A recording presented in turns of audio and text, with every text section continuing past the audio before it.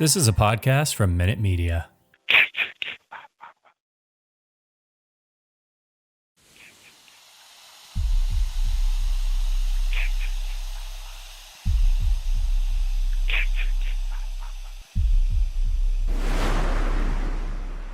Warning, the following content may contain elements that are not suitable for some audiences. Viewer discretion is advised. Hello, kiddies. This is yours duly, John Kassir, the voice of the Crypt Keeper. And you're listening to Slasher Radio.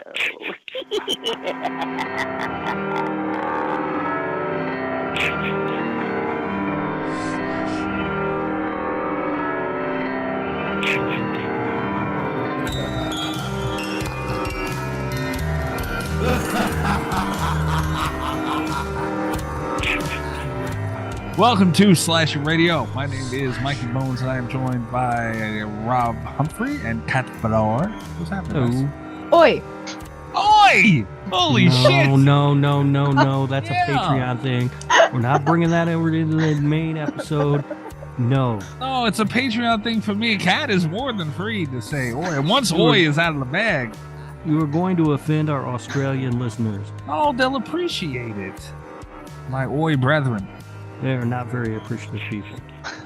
I've heard. Aren't they? If I were Australian, I would be happy every single goddamn day to be alive, because everything over there wants to kill you. Yeah, it does. Everything wants to kill you, including the people. They're all criminals. It's a whole criminal colony over there. My goodness. That can't... Listen to your sentence, Rob, and tell me that that's more offensive than oi. No, I think oi is much more offensive. They're the one that say it. I don't know if they get mad at me for. I am telling them I enjoy the oi. I like it very much. I don't know if they do say it. I don't know if they say it either, to be honest with you, but I know I'll it find derives. out. Hold on. Go ahead. Keep talking. I got an Rob's Australian Googling, friend. do Australians say oi? No, I've got an Australian friend. He has an Australian source. I do. That is incredible. It's him in a t-shirt that just says oi. No, it hilarious. is not. How you spell oi? Is this O-I? I thought it was O-Y. Could be I. But I say like oi. You read. I don't remember the last oi that I read. I would guess OI, but I don't know. Hold on. Really, they got nerve because Italians say oy vey. So did they take oi really? Is it really Italian originally? What are the origins of oi? I don't know about the origins. I will say Wikipedia says oi, parentheses, interjection. Oi is an interjection used in various varieties of the English language, particularly Australian English. So Wikipedia knows what's up. Damn. I was kind of hoping I could take claim to the oi. I sent him a message. I don't know if he's still awake. I have no idea what time it is in Australia. Also, speaking of oy vey, though, is that Italian or is that Yiddish? It was Jewish. Yeah. I know a lot of Guineas that say oy vey. I don't know. I just assumed it was Italian. It sounds foreign, and I grew up hearing my grandmother say it. I don't know. All right. So, your Italian Jewish grandmother?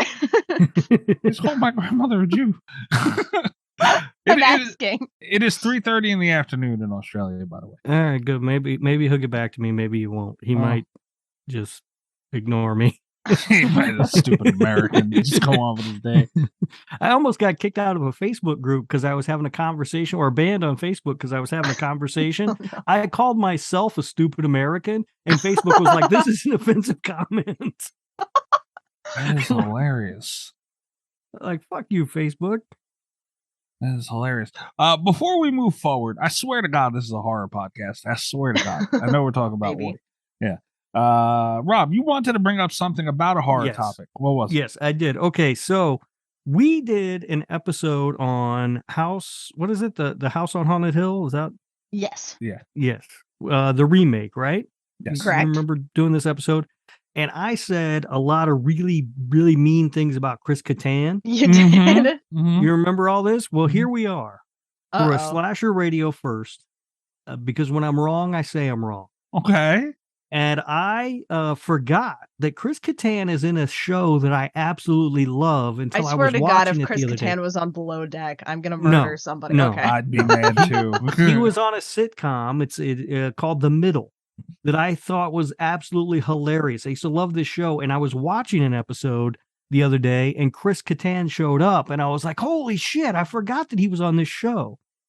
So yes, I like Chris Kattan.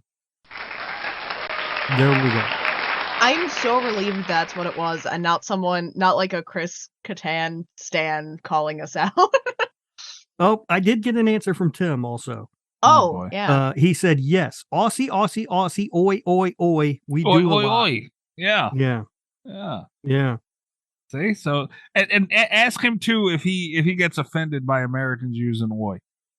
All right, hold on. Rob's texting back. Please say that you get offended. Right, bastard. Yeah, I mean, man, and there was I see Nope. I did see Nope tonight.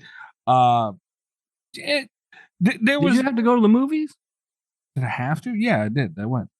All right. You don't go to the movies ever. I even texted you saying that I was late and everything, and thought you'd appreciate it. I didn't know what you were talking about. Oh, I was just like, all right. What the hell? Oh yeah, there was not any spoilers, but there were props to Chris Kattan in that movie. So yeah, Chris Kattan, man, that is not the one. Chris Kattan's a great actor. Great actor. Chris Kattan he wasn't a Nope. He wasn't, but remember, they talk good about Chris Kattan. Did they? I don't Yeah. remember that. Okay. All right. Well, Yes. anyway, yeah, he was on The Middle, and I was wrong about him. He's actually very funny on that show. He's very funny, period. So, all right. I accept Chris Kattan. Oh, I'm sure he's thrilled. Yeah. The day he's finally been waiting for. Yeah. Probably definitely worth millions, and he's got Rob Humphrey's approval. Damn it. Oh man. All right, we got a pretty cool show coming your way. We're gonna hit up horror news shortly. We're talking about this is a Patreon pick too. It is a Patreon pick, yes. Patreon pick. So we're gonna get to that. Interesting movie coming up. We're gonna get through everything else the Patreon's pick that didn't get selected. We have a text message. Oh. People really preferring the text message, guys. Yeah. Yeah. That's all right. Text message is good. Yeah, it's better than nothing. We can get to that now. Actually, get that out of the way. Wait, no, drink roll call. Oh shit! Right. Drink roll call. Okay. You want to start us off? You got. I'm not drinking it. I'll tell mine. It's shit. I have that orange vodka can crush thing still. You're still drinking that? I still got, dude. I can't get rid of it. I did mix it this time because it tastes like shit. As everybody remembers, I mixed it with cranberry juice, and that helps a lot. You can just dump it down the sink and go get something else. I got one. I might throw the last can. I couldn't throw two cans away. Yeah, you can just get rid of it. Yeah, mine's not real exciting either. I'm drinking what is sort of my old standby of beer. Okay. It is the Sam Adams Boston Lager, which is just a really great tasting beer that I like, and it's my standby because you can find it pretty much anywhere you go. Like you go to a bar or restaurant you're not familiar with, you can almost bet they'll still have Sam Adams. And it's a really great beer, and it makes an excellent shower beer. What? A shower beer. The fuck? What? A beer you drink in the shower. Okay, now see, hold on. I felt stupid because I was like, "What the hell?" Run that by me one more time, because I thought it was a different term. Like, what do you mean a beer you drink in the shower? A beer you drink in the shower. I thought that was like a Scotch thing. Who drinks in the shower? Sometimes you wake up and you want a beer, and you need to take a shower. When? I mean, I haven't done it in a long time. Like the last time I really had a shower beer was probably in college, but still. Are you bullshitting me? Is this a term for something else? No, yeah, it's a thing people do. No, I've never heard this in my life. It's nice too, because you get a nice hot shower going, and you got a nice cold beer. It's good. Holy shit. Okay. Kat, did you say what you were drinking yet? I'm very drunk. Okay. I've got margarita in a jug. Whoa, you found a jug? I found just like a jug that says margarita suspiciously on it. I'm very happy. I'm very proud of myself. I've had a lot of suspect margarita today. Wow, where do you get margarita in a jug? And what was your reaction when you seen it? So it was actually something that my mom brought home for me. I think she found it at our gas station. Oh, gas station margarita. Gas station Holy margarita in a jug. I don't know where she got it from. I asked her if she would pick me up like a fun drink, and then we had like a 15-minute discussion because we had to go through like what was and was not a fun drink. And then I regretted using that adjective because we were bouncing back and forth, and I was like, the Jack Coke in a can if you find it, and then it was like, or margarita in a can, or like whatever you find in a can. But she really latched onto the margarita, and she came back with just a like big plastic jug that says margarita on it. And it's like, you know what? Nice. You delivered. Yeah, I thought when booze came in a jug, it just had X's on the side. That's what I thought also. Oh, yeah, that's exciting. All right, margarita in a jug. I've never even seen Margarita that. in a jug. Wow. All right. I don't know if that's ever going to be topped on this show. Yeah. Okay. Margarita in a jug. Now I've heard it all. All right. So let's get into the voicemail. Well, text message for this week. If you want to call or text the show, trace the call. It's coming from inside the house. The number is 917-397-KILL. 917-397-5455. And anything show related, horror related, you want to get off your chest, we will play it or read it on the show like you're about to hear now. We will discuss it. This text message is from Miki, member of the Slash Radio Patreon. Oh yeah, Miki. Yeah, Miki. He said, starting off, I just want to say how much I love the show. I listen to it like all day, every day at work. Thank you guys for the work and the effort that you all put in. I have questions already, but okay. Yeah, me too. First, he said he has a recommendation for Cat. First being Tag 2015 and Suicide Club 2001. They're so fun and both J-horror. I will say, we were talking about J-horror not that long ago. That's not true. We were talking about Patreon picks, I think, when Tag came up. There was a teeny tiny part of my brain that thought it was like the Jeremy Renner movie. Oh yeah, like the And I was comedy like, with. I almost threw fits. I was like, why the hell is this is this being considered? I had to look Tag up. Suicide Club is pretty good though. I like that one. And I'll give Tag a shot if I can find a copy. Okay. Not the one with Jeremy Renner. I've already given that one a shot. I was disappointed. For Rob, Mosquito Man 2005, Jesus Christ, and Death by Temptation 1990. The first one is self-explanatory, yeah. And the second one is about a hot succubus. And he put so ... Wow. Yeah, I've seen Death by Temptation. I liked it quite a bit. It sounds like you did. Yeah, I've never seen Mosquito Man, but I'll look into it. Sound questionable. That does sound like a Rob movie, though. I think he's kind of on point with that. And then, not a big fan of this part of the message. Mikey, ... I know you don't like too many good movies. Maybe just rewatch Stephen Kang's Sharks of the Corn. Stephen King, Sharks of the Corn. That movie sucked. I will never watch it again. But yeah, Mosquito Man. If you're recommending Mosquito Man, I don't know, man. I'm questioning your viewing of movies. Oh, I'm not. I'm gonna have to check Mosquito Man out.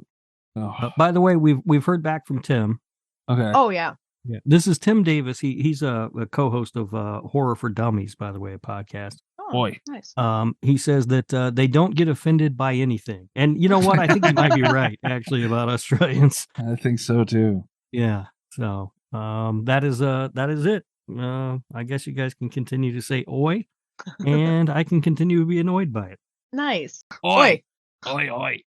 Thanks, Tim. It's like, I want to make a video of, like, those seagulls from Finding Nemo. Was that the one where they just repeat something? Yeah. I don't know. I've never seen Finding Nemo. I don't know. But I know there's seagulls in some cartoon movie where It's they just Finding Nemo. Yeah. And what do they say, Kat? You know? Mine. Oh yeah, I mine. think. They just do one with oi, Mine. oi, oi, oi. Great. All right. So I mean, yeah, that what I like a ton of good movies. Will you watch? Here's my question. I know you didn't like Stephen King's Sharks of the Corn for some mysterious reason. Will you give Shark Side of the Moon a chance now that you know it has sharks and bikinis? Well, I didn't know it had sharks and bikinis.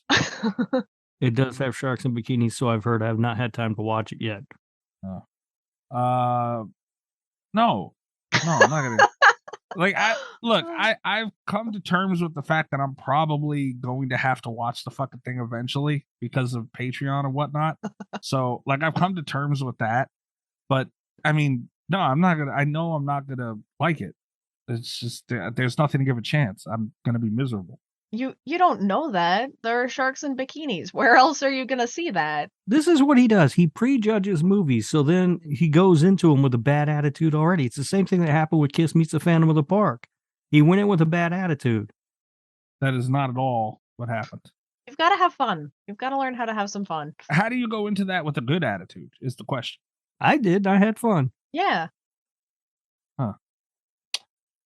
Yeah, I'm going to move right on past that. I don't have anything for it. So you guys want to get into the news? Let's do it. Yeah.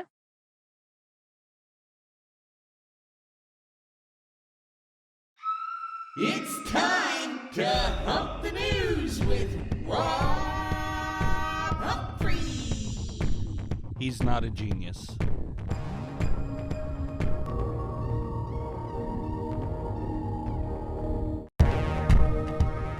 Okay, first thing up, not really much to talk about here. Resident Evil, Dead by Daylight released. They have a new killer. It's Wesker from Resident Evil. I think it's fucking stupid. He's OP as fuck. You know, it's just, I hate everything about the game and the killer. I could beat him. You just hide, Mikey. I've tried. We've been over this. You just hide, wait for everybody else to do all the work, and then run out. Moving along, Dead by Daylight fans, congratulations. Jaws, Rob, you'll be able to speak on this a little bit. They're going into IMAX and 3D nationwide this weekend. I almost seen this today, but it was sold out. So that did you see this yet, Rob, or no? I saw it Thursday night. Oh, nice. So how'd it look? It's amazing. I went into it not expecting a whole lot. I don't know. I don't think I've ever seen Jaws on the big screen, so I was kind of excited to see it, but then I heard it was in 3D, and I was kind of like, I don't know if I want to watch this. You know, the conversions usually look like crap, and this movie wasn't meant to be in 3D, so I don't know. I don't really understand the point of the whole 3D thing, but all right, whatever. I'll give it a shot. And it was fantastic. It looks great. And the 3D does sort of add something to the movie. I mean, you can see sort of just the vastness of the ocean and everything, and it looks just absolutely gorgeous. It's such a well-shot movie anyway. And the 3D adding the depth to the shots, it just looks fantastic. I feel like more recently for 3D movies, like they'll use the 3D to enhance instead of like actually, you know, eyeballs roll to your face. Right, yeah. Smart way to do it. Yeah, it's I highly recommend it to anybody. It was very good. I really enjoyed it. And it's Jaws, so, you know, that's fun. How did they do it, though, man? Like, I don't understand how they make them look like, you know, 3D and like even the 4K stuff. You know, how do you convert an old-ass movie like that to 4K? It's amazing. Yeah, I don't know. I don't know how they do all that, but, I mean, they've been doing up conversions to 3D for a long time. I mean, they did it with, I know Piranha 3D, when it came out, they ended up having to do a post-conversion on that because the underwater stuff was too dark for 3D cameras. It didn't look good on a 3D camera, so they had to film that with regular cameras and then convert it post production. I had wanted to go see it, but it was one of those things where I was gonna have to drive quite a ways for a theater that was showing it, and nobody wanted to go with me. I was easily demotivated from this one. No, I'm really glad I saw it. It really looks good. I will say I am really glad that I've seen Jaws on a big screen. I think if I had not already had that experience, I would have tried harder to go. I would like to see it in the 3D, but I missed out on that one. Fair enough. Yeah, I would have been seeing it today too, but again, it's sold out. So. Yeah. Womp womp. Also coming to theaters is Trick or Treat for the Halloween. That one I'm gonna try really hard to see, I think. Yeah. Yeah, they're throwing it on there. According to Regal's website, Trick or Treat will be playing in theaters Thursday, October 6th. So I guess I hope it's not one day. There was like a thing for that before the Jaws screening. They also had a trailer for a re-release of Poltergeist, which is going to be happening, I think, at the end of September. That's fun. Yeah, I'm there for it, man. I might try and catch it, but Halloween, like, it's always blown my mind how companies don't take advantage. Yeah. Like, throw Halloween, Michael Myers and everything, throw that in there. There's so many movies. Trick or Treat is perfect. You can make so much money on it. Like, people will, and it's not like you're doing it year round. Like, just once a year, you throw some. Everybody wants to go see a scary movie in the theater. Like, come on, man. Yeah. I mean, that's what I wonder how much of they're taken from drive-ins during the pandemic, because drive-ins did a lot of that kind of stuff, or at least the ones around here were showing a lot of classic horror movies during the pandemic when you couldn't go to the theater. And I mean, I know I saw Evil Dead and Army of Darkness at the drive-in. I went to one that was a triple bill of Friday the 13th, Halloween, and Texas Chainsaw Massacre. So they did a lot of that during the pandemic at drive-ins, and I wonder if the movie theaters were like, well, it worked for them, let's try it during the quote-unquote spooky season. Yeah. I hope it goes well and that they keep doing it, because it's nice to have a chance to see those classics on the big screen. Yeah. And Trick or Treat, I guess. Hey, modern classic, but it's different. Are you gonna be mean to Trick or Treat? No. Okay. I'm going out to see it. I just, it's a different situation. I don't think they learned that from the drive-in. It would be something with if the box office report comes out and Jaws is in like the top 10. Right? I wouldn't be surprised. Jaws, like, when I went to see it a few years ago, it was like sold out, and it was the same with Silence of the Lambs, was just like completely packed. Speaking of classics, not that this derives from a classic, unfortunately. Winnie the Pooh. I can't wait for this. Blood my God, it looks so awesome. Is this the official trailer that came out? Yeah, did you watch it? No. It looks so amazing. I'm really excited. This is going to be such a great time. I cannot wait. I'm looking at it right. Oh, this is a 2-minute fucking trailer. Oh my God, they have to drop down to the trees. Let's not go. I'm not. I hope they put it in theaters, but I don't know. I don't think they will. And isn't it like Winnie the Pooh is like free reign? Anybody can do anything. It's public domain. Which is amazing. One of the reasons why I'm really excited to see that the first thing that happens when something like this enters the public domain is that it gets a horror movie. Like, I hope that's a trend we see forever. Yeah. I'm waiting for the Great Gatsby slasher, because that went in at the same time, and it's like, where is it, guys? Okay, I have questions. First, I want to just address, because I'm looking through the trailer now. Eeyore is not public. I know there was a character that they couldn't touch. Well, in the trailer, there's a sign that just says R.I.P. Eeyore or something like that. So I figured that's why I don't know how does the public domain work? So 100 years after the death of a creator, if there aren't lawyers or family members like taking legal action, something will automatically enter the public domain. But a very important distinction is that because there was the cartoon, there was a very famous Winnie the Pooh cartoon, all of the characters created for that are not in the public domain. It's just the original Winnie the Pooh story that has entered the public domain. So people didn't want their hands in that? That's big money, I would think. Yeah. Hell, you could have maybe charged out some money for this. I don't know.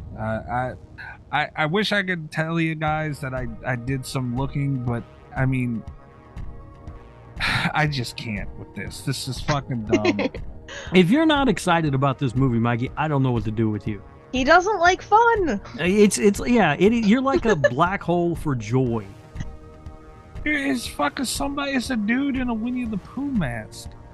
Dude, it looks awesome. It's gonna be great. Like, they didn't even bother to make him look like a bear, like body wise. I don't know. It's fucking weird. I can't watch a Winnie the Pooh horror movie. I just can't do it. So, but yeah, it is funny as hell that the first thing someone does with it is this. Like, who the fuck would have thought? But this is I don't know how much you guys know about it. Like, this is like an indie film gone big with attention, right? Yeah. Yeah.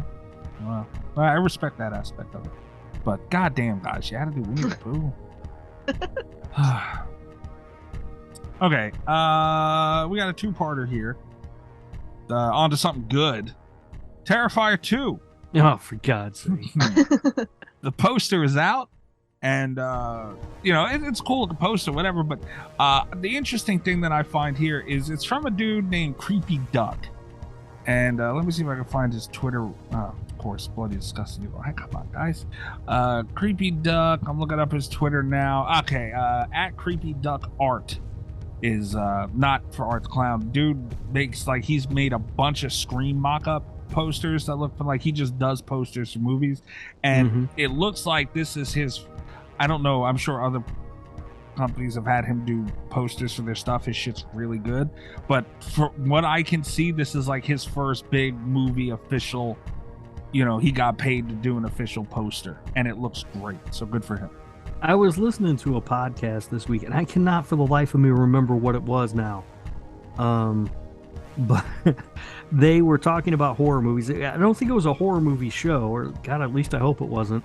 They were talking about horror movies that they had watched fairly recently, and one of the hosts was like, I watched this really creepy clown movie. It was like this guy, his name was like Arthur the Clown. Oh my God. And I laughed so hard because the idea of the character being named Arthur really struck me as funny. Did they confirm that it was Terrifier, or is there an indie movie I don't know about somewhere with Arthur the Clown killing people? Because I need to see that. No, I did. I believe the host also did call it The Terrifier. Damn it. It's a horror podcast? I don't think it was a horror podcast. Although for the life of me, I cannot remember what show it was. I hope not. Yeah. Anyway, I listen to very few non-horror podcasts, so you'd think I'd be able to recall which one it was, but I can't. Probably a wrestling podcast. It sounds, that sounds right. I listen to a lot of those too. Were you on a wrestling podcast recently? Was I on a wrestling? No. Oh. What? There's some dude who was tweeting to listen to you and them on some wrestling podcast. Oh, no. Oh, no. That's they do their podcast, but they also do it's a recording of their YouTube live show. Oh. So I was just hanging out in the chat. I like those guys. Okay. Yeah, it's an AEW show. Okay. I replied to that guy telling him, I think I prayed for him that he had to talk to you. That guy likes me. He's out of his mind. Question his judgment. Yeah. So anyway, I don't know. I didn't see the Terrifier 2 poster. Honestly, I don't care. Also, Terrifier, the original, is okay. It's on Screenbox now, but hold on. The article title is Terrifier Original Cult Classic. Slasher is now streaming on Screenbox. Brad Mishka from Bloody Disgusting. Let's calm down. I love Terrifier. My New Year's resolution was to stick up Art the Clown and Terrifier. It's not a cult classic yet. Here's the thing. I think something can be, and correct me if I'm wrong about this. This is how it works in more literary circles, where things can be cult classics or they can be instant classics, but you can't have Terrifier is very modern. I feel to be a cult classic. Yeah. I can see it achieving that status someday, but I don't think we're there yet. It's also very bad to be considered a classic of any kind. So there's that. That's not bad. I mean, I could see the cult thing because people really did kind of latch on to Art the Clown and Terrifier, but I don't know, it was more of like a mainstream thing too. Because like when I watched the first time I seen Terrifier, my uncle Stevie Juice is the one who showed it to me, who is like a mild horror. He likes horror, but he's not like, a horror fan. Yeah, I mean, when I think of somebody with the pulse of mainstream culture, I think of Stevie Juice. Right. Right. Well, there you go. He knew what it was, man. That's what I'm saying. It wasn't something like you seen on Just Bloody Disgusting. It was like, oh, let me check it out, or like horror Twitter and stuff. Like my uncle told me about it. So should have been hidden away. That's not nice. Okay, let's go to this first, guys. I am so happy. Did you see the Killer Clowns from Outer Space game that's coming out? I saw there was a game. Yeah. I didn't see anything about it because it's like one of those play with other people games. Yep. Okay, I know how you guys feel about it, but first of all, this thing came from out of fucking nowhere. That's number one. Mind blown. Second of all, this has made Randy Greenback, who has appeared on this show. Me and him have been talking, especially lately. He will make an appearance on this show in the next month or so. He worked for Gun Media. He worked on Friday the 13th. He was the executive producer. Looking at images of this game, it looks very Friday the 13th-y, and I could not be happier with this thing, man. Like it looks like we know the passion that went into Friday the 13th, very franchise first, and I am so happy that this game this is going to be fun. When you say it looks Friday the 13th-y, what do you mean by that? Because Killer Clowns could not be further from Friday the 13th in my mind. As far as the games, like the characters, like the survivors, look kind of like you can tell. Okay. There's influence from each game. So the characters look the same. Their facial expressions look the same. It is part of it is like kind of sort of located in an area where there's some woodsy stuff. So that kind of looked a little Friday the 13th. Okay. But just more so Friday the 13th, the game. All right. Yeah. All right. That sounds okay. All right. Yeah. You could tell he worked on with them on Friday. That's my point. This is fucking great. All right. I mean, I hope you enjoy playing it. You're not even going to get it just to check it out. No. Really? I don't like the games where I have to play with other people. I don't like those games. I bought Friday the 13th, and I liked it, but I hardly ever played it. And Dead by Daylight I got, and I virtually never play it. I think I played the most I've ever played is the time I played with you. Yeah. And I proved how I was awesome at it. You sucked. I was incredible. You sucked. Yeah, I am super, super excited for this. It came from out of nowhere. The way I found out too is I got my cotton candy gun, which I love, and I tweeted pictures of it and whatever, and someone was like, "Oh, just in time for the game." I was like, "What?" And I seen it and shit my pants like on site. I couldn't believe it. Gross. Awesome. Oi. What you get for playing around with a cotton candy gun. Yeah, right. Makes you shit your pants. Kat, I know, like, can you at least appreciate it, Kat? So I guess, yeah. Okay. I do think that we're coming to a point with these style of games, and this is just how I feel about it. If people are having fun, I hope they keep doing them, because other people's enjoyment is more important than my need to understand the video game world. But I do have to wonder, because it does just seem like there's very similar gameplay in all of these horror game franchises that are coming out. I wonder, even if I like the genre of game more and the multiplayer aspect, if I wouldn't be getting bored of them at this point. Because it feels like a lot of this is kind of like reskinning of the same game mechanics. And it makes me nervous, because it's like I have a fear that if people get tired of this, then the horror like games are going to die out.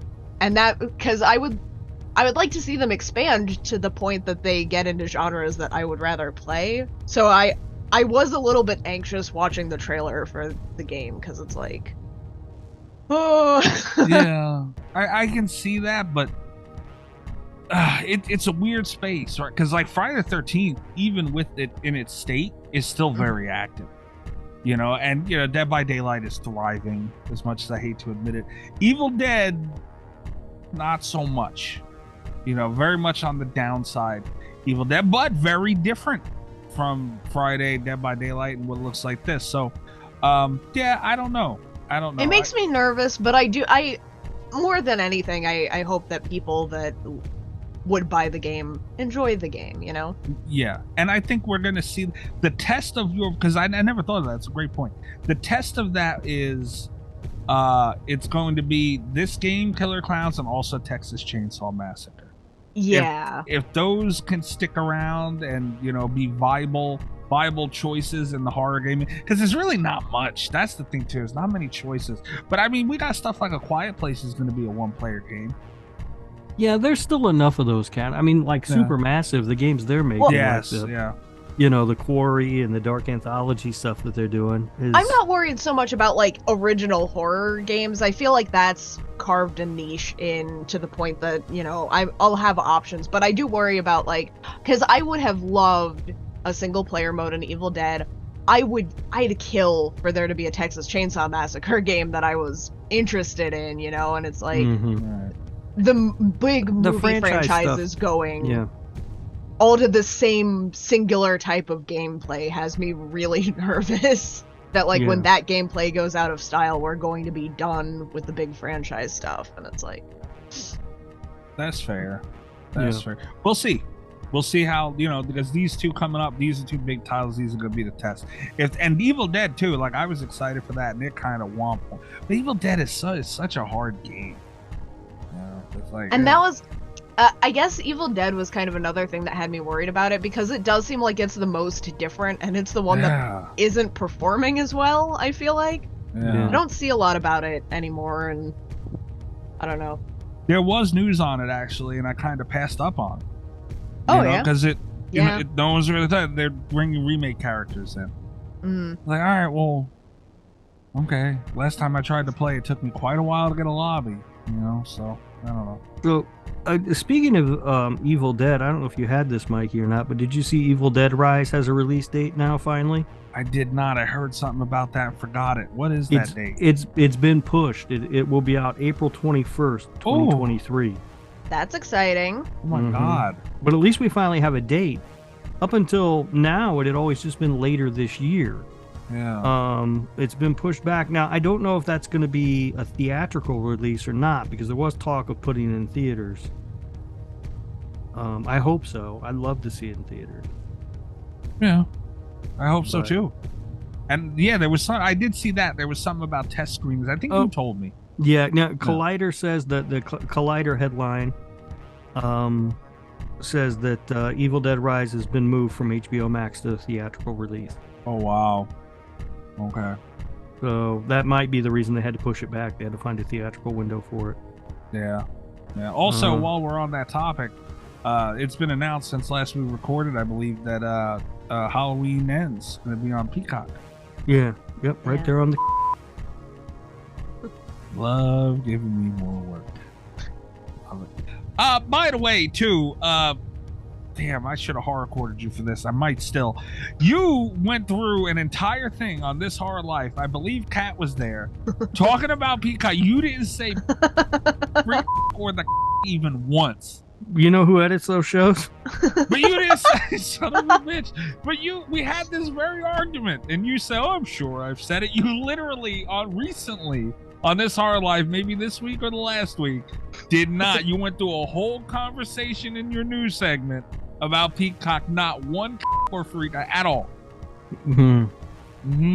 Well, again, you know who edits that show. Well, what do you have to say for yourself? You say you're the same on both shows. What do you have to say? I am. I'm exactly the same on both shows. I'm not interested in creating more work for myself, though. Yeah, there it is.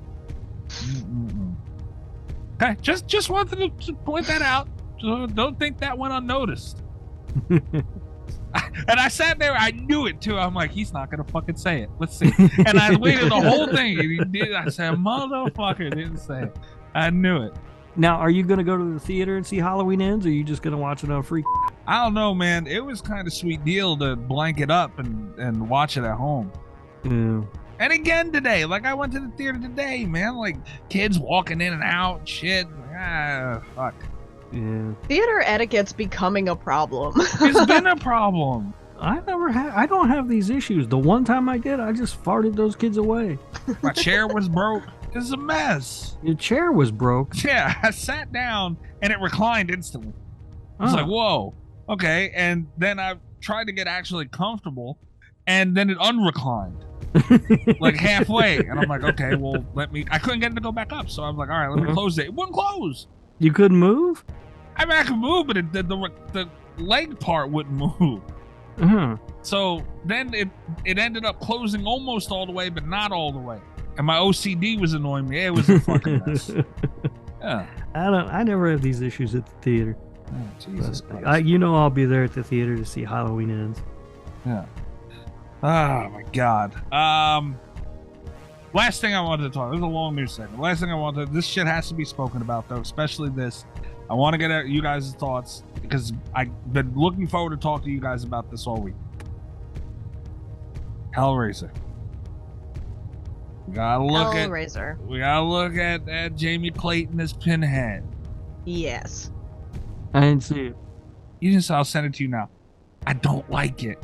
And I say that everybody knows how much of a, I don't like change guy I am.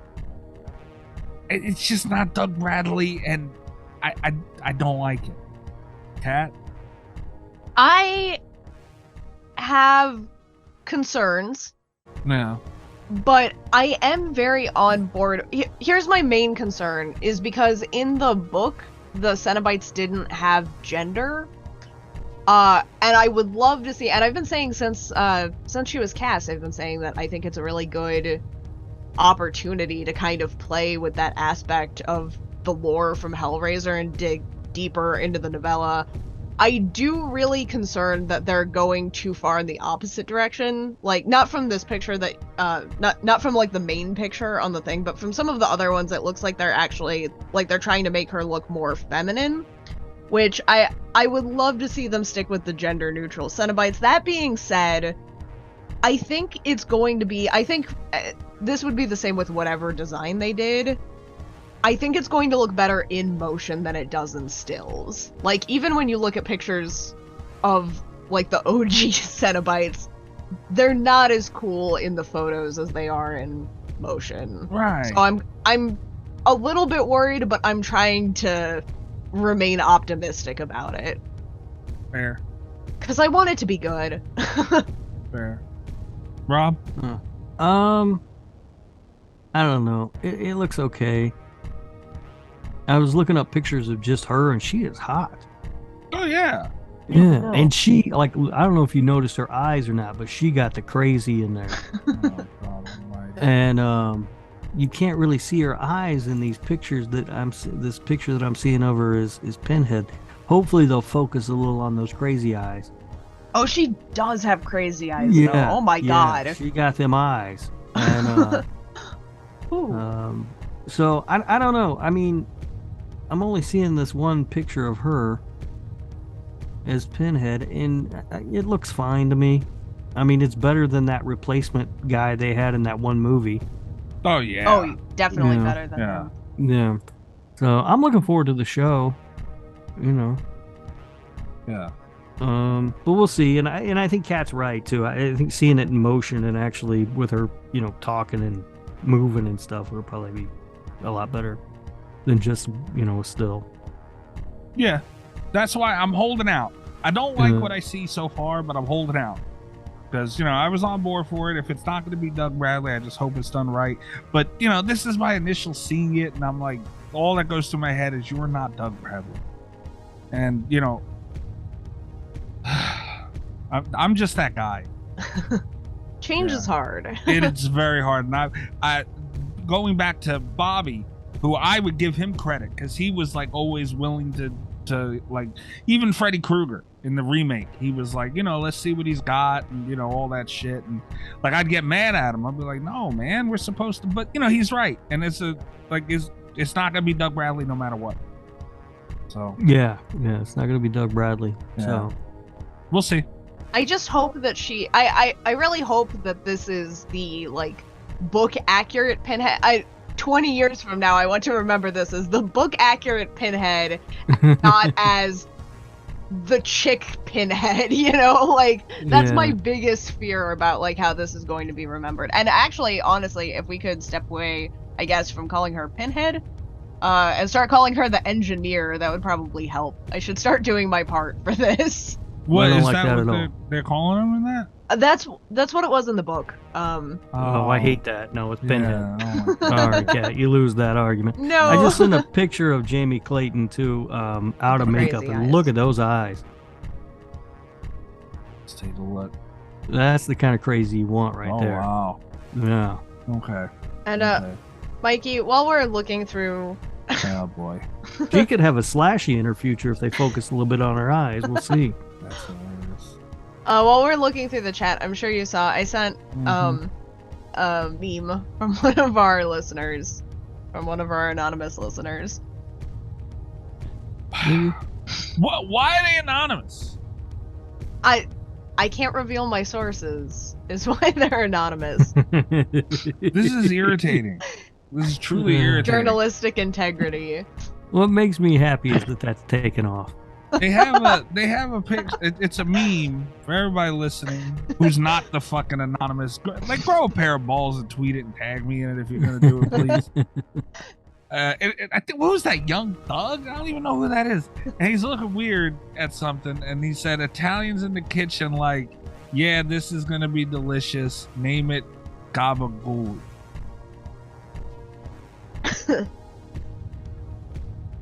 I don't know what you want me to say. Like, what am I supposed to say? You know what's fucked up too? Everybody throw these out there and they just like stand back and wait for me to, like, I'm not gonna do it. I'm just not gonna do it.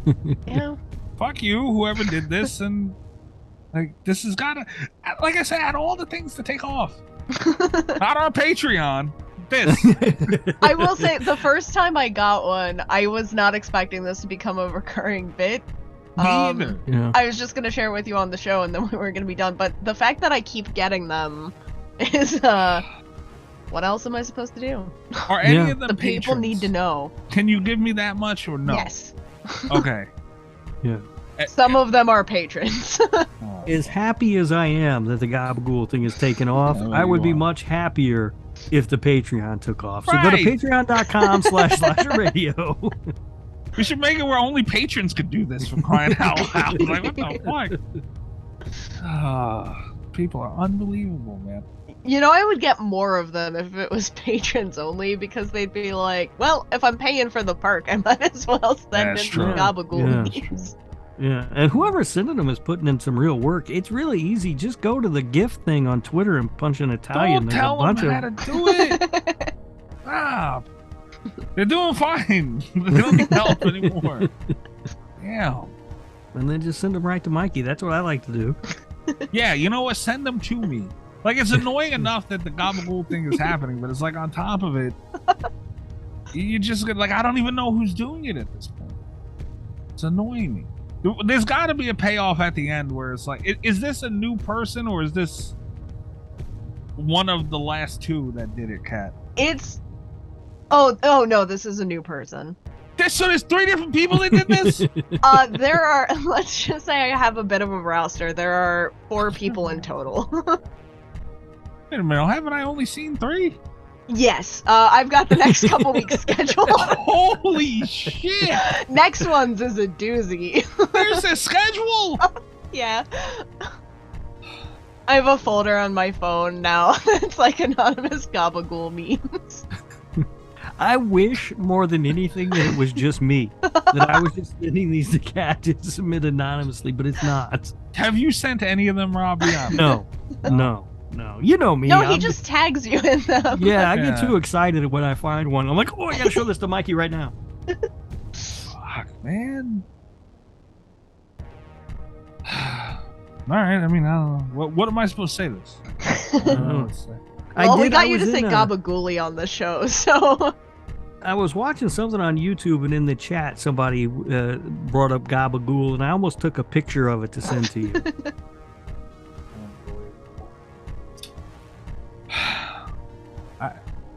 This show is something else. We have the most unique listeners in the world. Like, all right, We got something. we got something.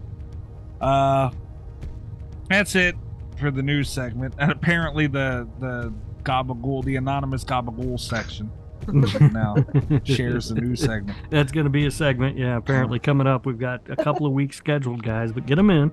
Unbelievable. All right. Yeah, so we're done with the news. We're done with that. We'll be right back with this month's Patreon pick.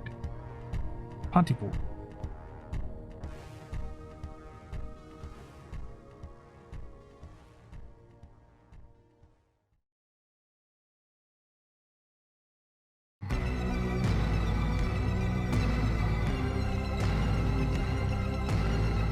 I can't get over you, son of a bitch.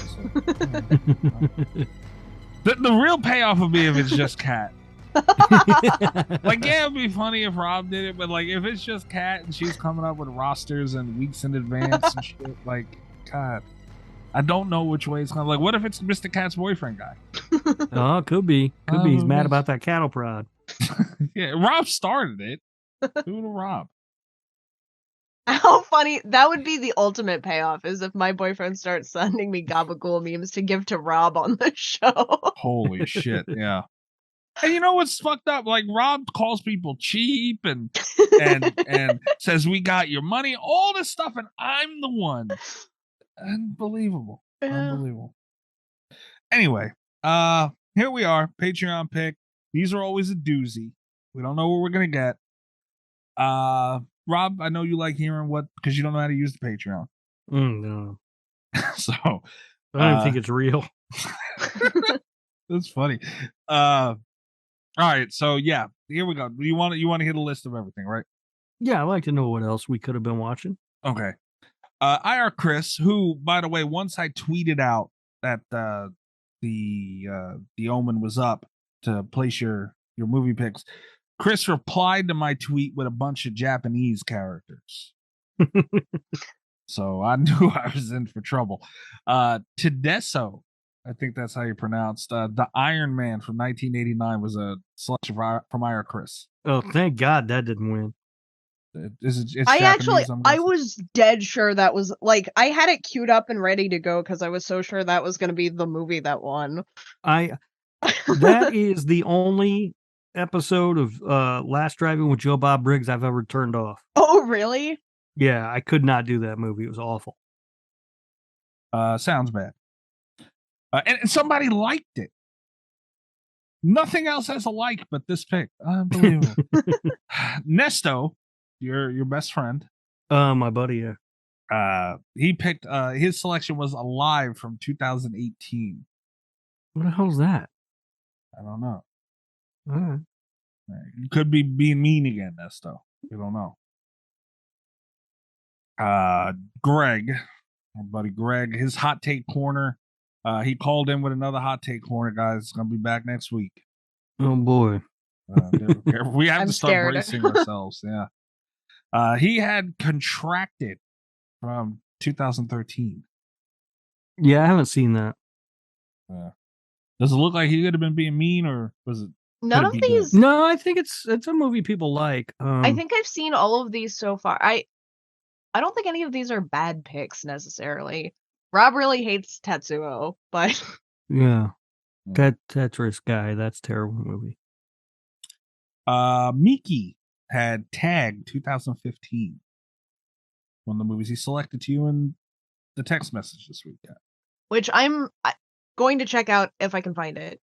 I'll see if it's on Shudder. That seems like they might have it. Nick, our newest patron. Return of Living Dead 3. I'm mad this didn't win. I think that's a good one, right? I haven't seen it. That's why I haven't either, but I think that's one that people like. Yeah, it would have been nice to sit with it. Yeah. Yeah, so Nick, I like that though. Nick's, he's brand new, newest patron, bringing the wood though. Yeah, coming in It's a with good Nick. option. Yeah, So he hasn't been corrupted by the others yet. not yet. So you have to make a note of this, Rob. Nick coming in hot Yeah, for the Patreon power rank. yeah. I forgot where my spreadsheet is. So Oh, that's good. Good job. And last but not least, my good friend Jinx. Jinx, I don't like the comment made again. This is Jinx's second time putting this up for vote.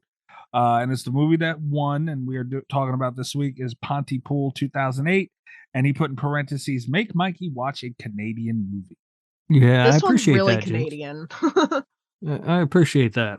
Yeah, we got Canada and Gabagool all in one show. You guys, Mhm. so that's everything that was thrown out there this week. All right. By the way, too, Alive came in second. Return of the Living Dead 3 came in third. Okay. There you go. Yeah, I have no idea what Alive is, but I don't Alive trust is you the this zombie time. movie, right? I'm not making this up. that's hashtag Alive. Is Alive not also a zombie movie? I don't know. I've never I heard thought of it, I thought it was, but I'm not confident. Oh, I don't know. What year was it? I might be thinking of the wrong movie. Well, fair enough. Either way, we're talking about Pontypool. All right. All right. What did you guys think of this? I was really excited when Pontypool won. I haven't seen this movie for a while. I really like this one. Interesting. I will say I view it a little bit after going through some of the reviews and stuff that I dug up today. I view it a little bit differently than I used to, which is a topic I'd kind of like to bring up a little bit later in. But I love the idea, and it's one of those movies. It does lose some points here. I think the premise is better than the execution, which Mhm. is one of my biggest movie sins, but I think the execution was there enough that I can appreciate it, you know? I also like the radio drama of Pontypool, I think is really good. Yeah, I remember really liking this movie the first time I watched it, and I watched it tonight, and I did not enjoy it. Really? Yeah. Piggybacking on what Kat said, I think this movie's full of really great ideas and themes and characters, and none of them are realized or explored nearly enough. I think that it is I admire the attempt, but the final product is not very good. Huh. Okay. The only thing that I would hate more than Uh-oh. somebody making me watch a Canadian movie would be somebody making me watch a Canadian movie and liking it. So I like this movie. Nice. Yeah. Not thrilled that it's a Canadian movie, but at least I knew. You know, at least Yeah. I knew. One of my favorite things about this movie actually was the very beginning. The first production company slate that comes up is Maple Pictures, and I was like, "Sweet, this doesn't get any more Canadian than this." I missed that. Not gonna lie, I missed that. Kind of mad that you told me. Yeah. All right. Well, it's a Canadian movie, so let's get that out of the way. I know. Okay. What are we gonna do? So now that only means that it can only go so far. So Jinx, you kind of screwed yourself here. Although Rob would have told me eventually anyway. I like this movie, man. I thought they did a great job because it's a bit of a slow burn but it's not because you don't really see anything for like a really good portion of this movie, like damn near to the closer part of an hour in. You don't see too much, if I remember, about 45. I don't know. So they what I like that they did was they filled it with interesting story and characters and I think they did a great job of when dude was talking, the radio host, when he was like they added drama and tension, and in some spots like a little bit of panic, where like it felt like you were being rushed in the situation, and they were able to put that in there into just him talking, and it felt like a good portion of the horror that they put in there to kind of build your story and everything in the beginning, where you're not seeing real visual horror. They're kind of trying to explain it to you, and you hear it and use your imagination, kind of like old school where they had like those horror shows and like the shoot theaters and shit. So I appreciated that part of it, man. I felt like they were kind of trying to give a little bit of that in there too. No? That is one thing that I do really appreciate about Pontypool. I think it was a little bit stronger in the drama than the movie. But I do think that like that reliance on outside sources to tell you what's going on makes the movie feel a lot more claustrophobic than it would otherwise. It makes you feel a lot more helpless. I really empathized with the characters that were broadcasting because of that, because you can tell that they want to stick with the story, and they don't really have the ability to do that all the time. And it's a good way to build tension, I think. Yeah, along those same lines, in my notes I have that Lawrence and the Arabians is probably the truest thing that I've ever seen in a movie. Having worked in radio for the past 27 years, I can tell you that in the middle of all the chaos in the world, someone will ask you to interview somebody completely stupid that no one cares about. Yeah, because they were promised that by a salesperson. I was going to ask you that, Rob. Like, obviously we'll get into the movie and all that, but I think that's interesting too. Like, how much of this is radio reality? Like, they did a pretty good job with that part of it. Did they really? Yeah, because normally I'll get really upset when they get it wrong, and more often than not, they get it wrong. They did a pretty good job with it. The way he was talking into his mic was making my neck hurt. Like, I don't know why he was twisting his head like that. Just lower the fucking mic. And there was a scene where the scene where he's talking to their quote unquote helicopter reporter, the traffic guy, when he's stuck in the, like, I guess he was stuck in a barn or something. And he's describing, like, I don't remember the lady's name, but somebody's eldest son. Yeah. And how he's all, messed up and everything. And Sydney kept saying in his ear, cut away, let's not talk about that, in the thing. And it's like, well, lady, you control the phone. I was going to ask that. That was one of my biggest problems with the movie. Yeah, it was like, just kill the phones. You're the one who's got the fucking button right there. And that annoyed the hell out of me. But for the most part, they got it right. Also, the outside speaker, which ends up playing a kind of a big part at one point in the movie. In all the years I've been working in radio stations and been going to radio stations for various different reasons, I have never, ever seen one that had a speaker outside that played the radio station. That just doesn't exist in my experience. I'm not saying there isn't one. I've just never, ever seen one. Do you have people talking in your ear like that too while you're talking? No. Oh, thank God. There are places where I've never worked with a producer like that. There are places where that happens. I have been a producer for talk shows and stuff, but I've never talked in anyone's ear like that. I always, you wait till commercial breaks where you send them like a note on the computer or whatever. I could never. I mean, there are places where that happens, but normally it seems like more of a television thing, actually. I know newscasters like anchors and stuff have that. And, WWE, you always would hear about that, like Vince McMahon yelling in their ears about stuff he didn't like or whatever. But I've never worked at a radio broadcast where that was the case. I could never. Just watching him like navigate through his discussion with whoever he's talking to, hearing that going on.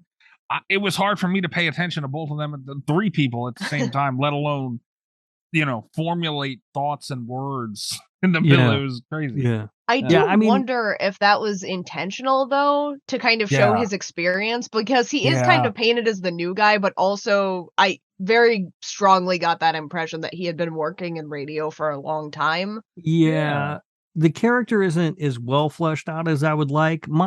What I took away from it, based on the fact that he seemed to have an agent, that guy that he talked to on the phone a couple of times, he told him he was fired at the beginning and stuff. Yeah.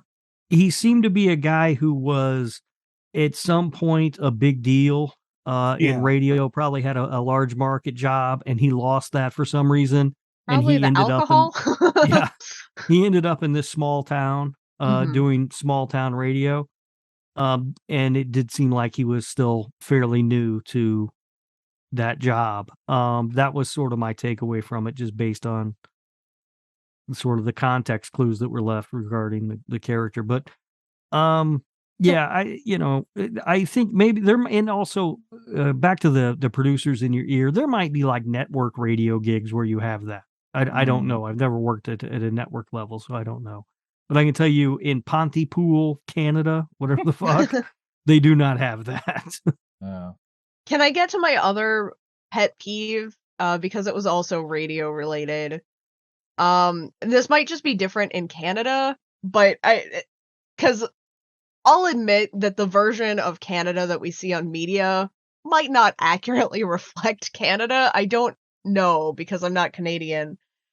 It felt like a lot of people. I understand for Grant because he was very clearly. He almost had to have been American, right? I don't think they confirmed it, but he was very out of place. Yeah.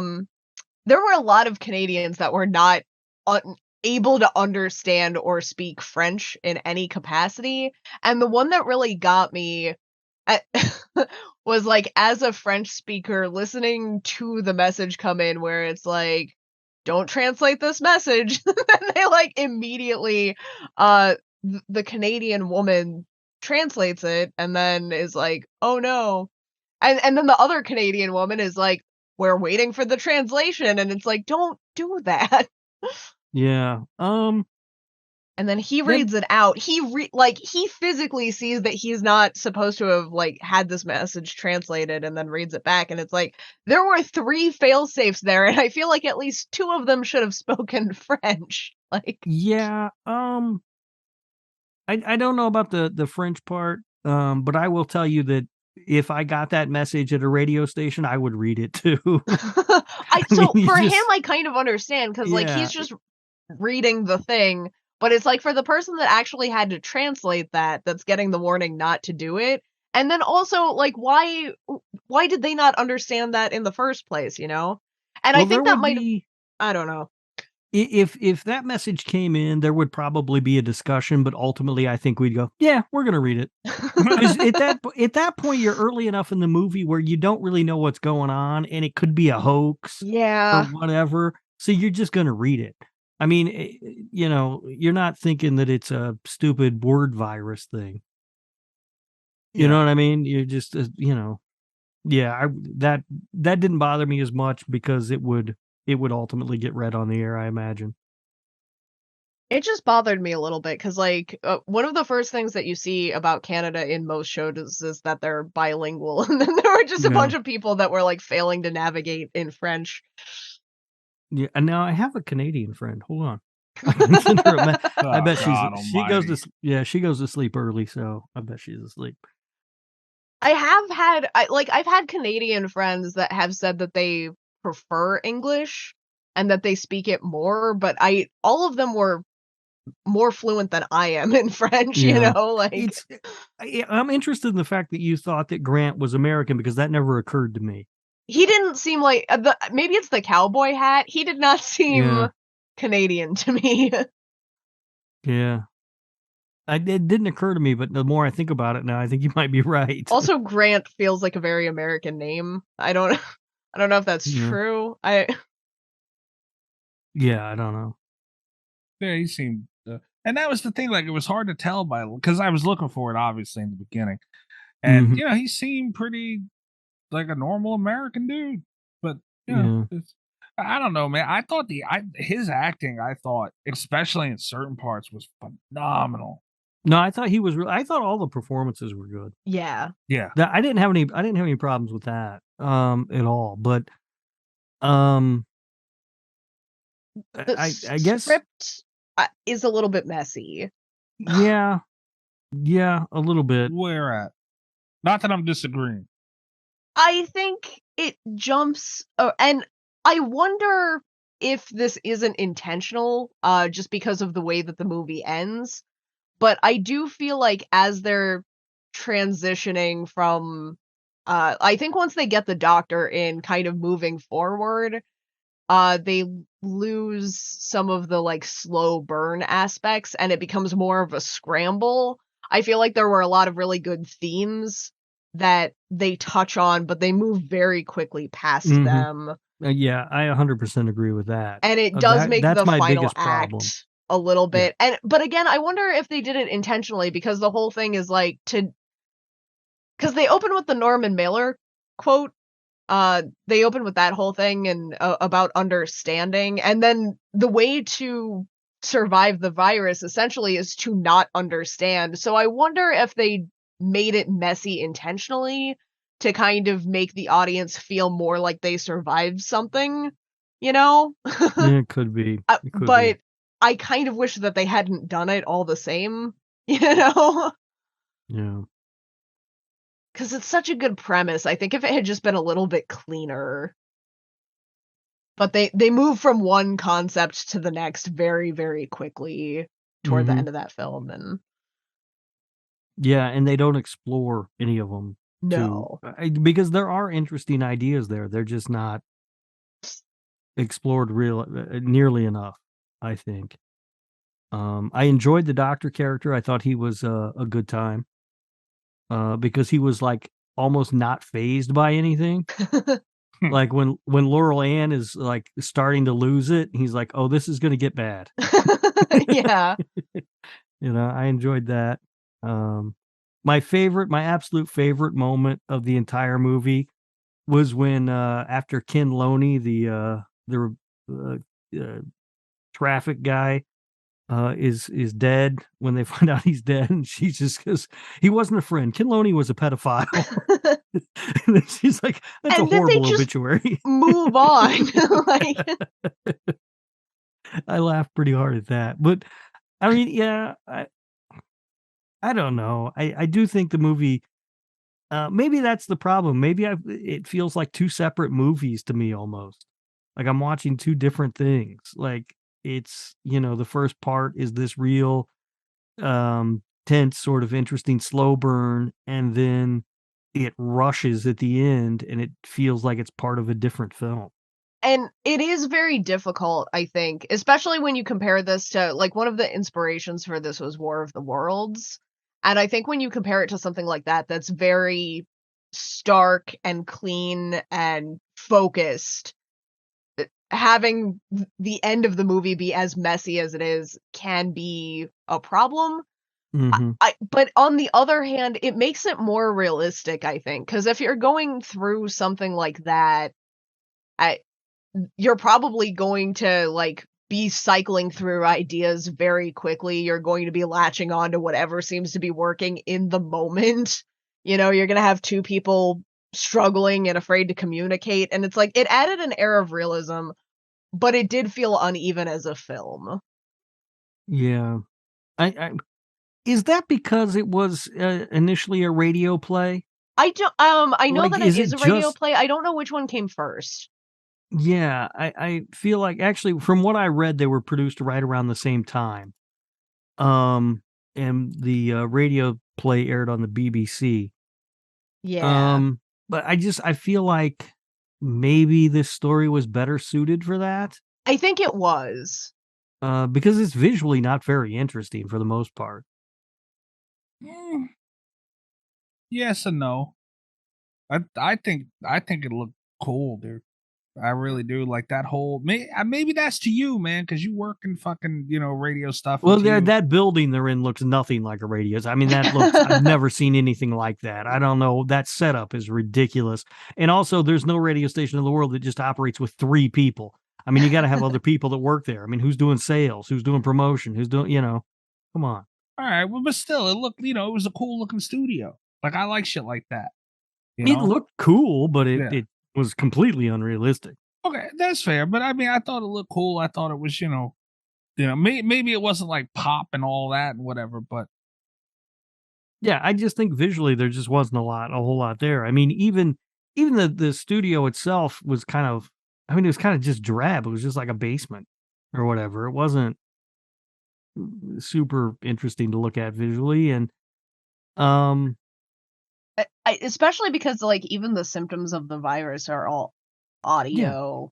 yeah, I mean, there just wasn't a whole lot visually to look at in this movie. And I don't think it was I never got bored watching it, but I don't know. I don't know if it necessarily needed to be a film. I checked the runtime a bunch during this movie. Like just Did you? waiting, like yeah, constantly I was checking the runtime, like, oh my god, this thing is never gonna end. wow, it was it's an hour and a half. I know.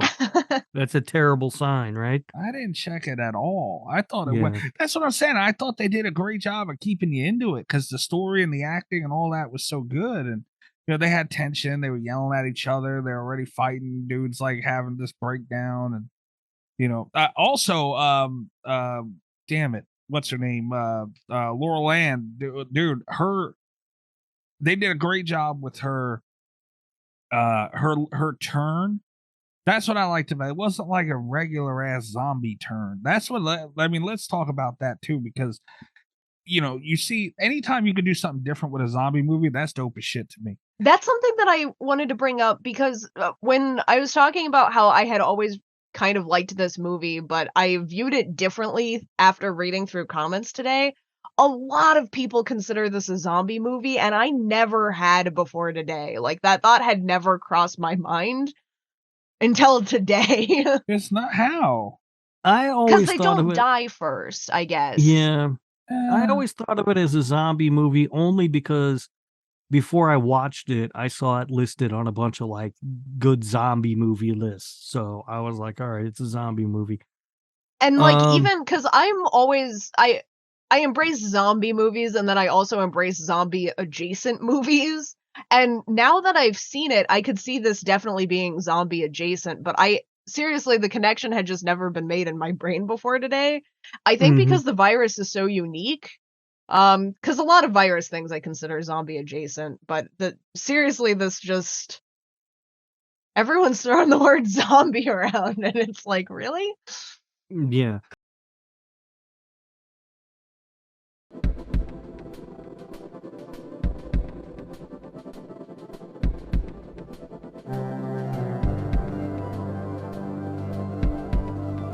I think the idea of the virus is really interesting with the idea of like infected words Yeah. is extremely, extremely cool. And the idea that if you're talking about, spoken word, then you said it in a way extremely interesting too. And I just feel like it never gets fleshed out. It does not get very fleshed out.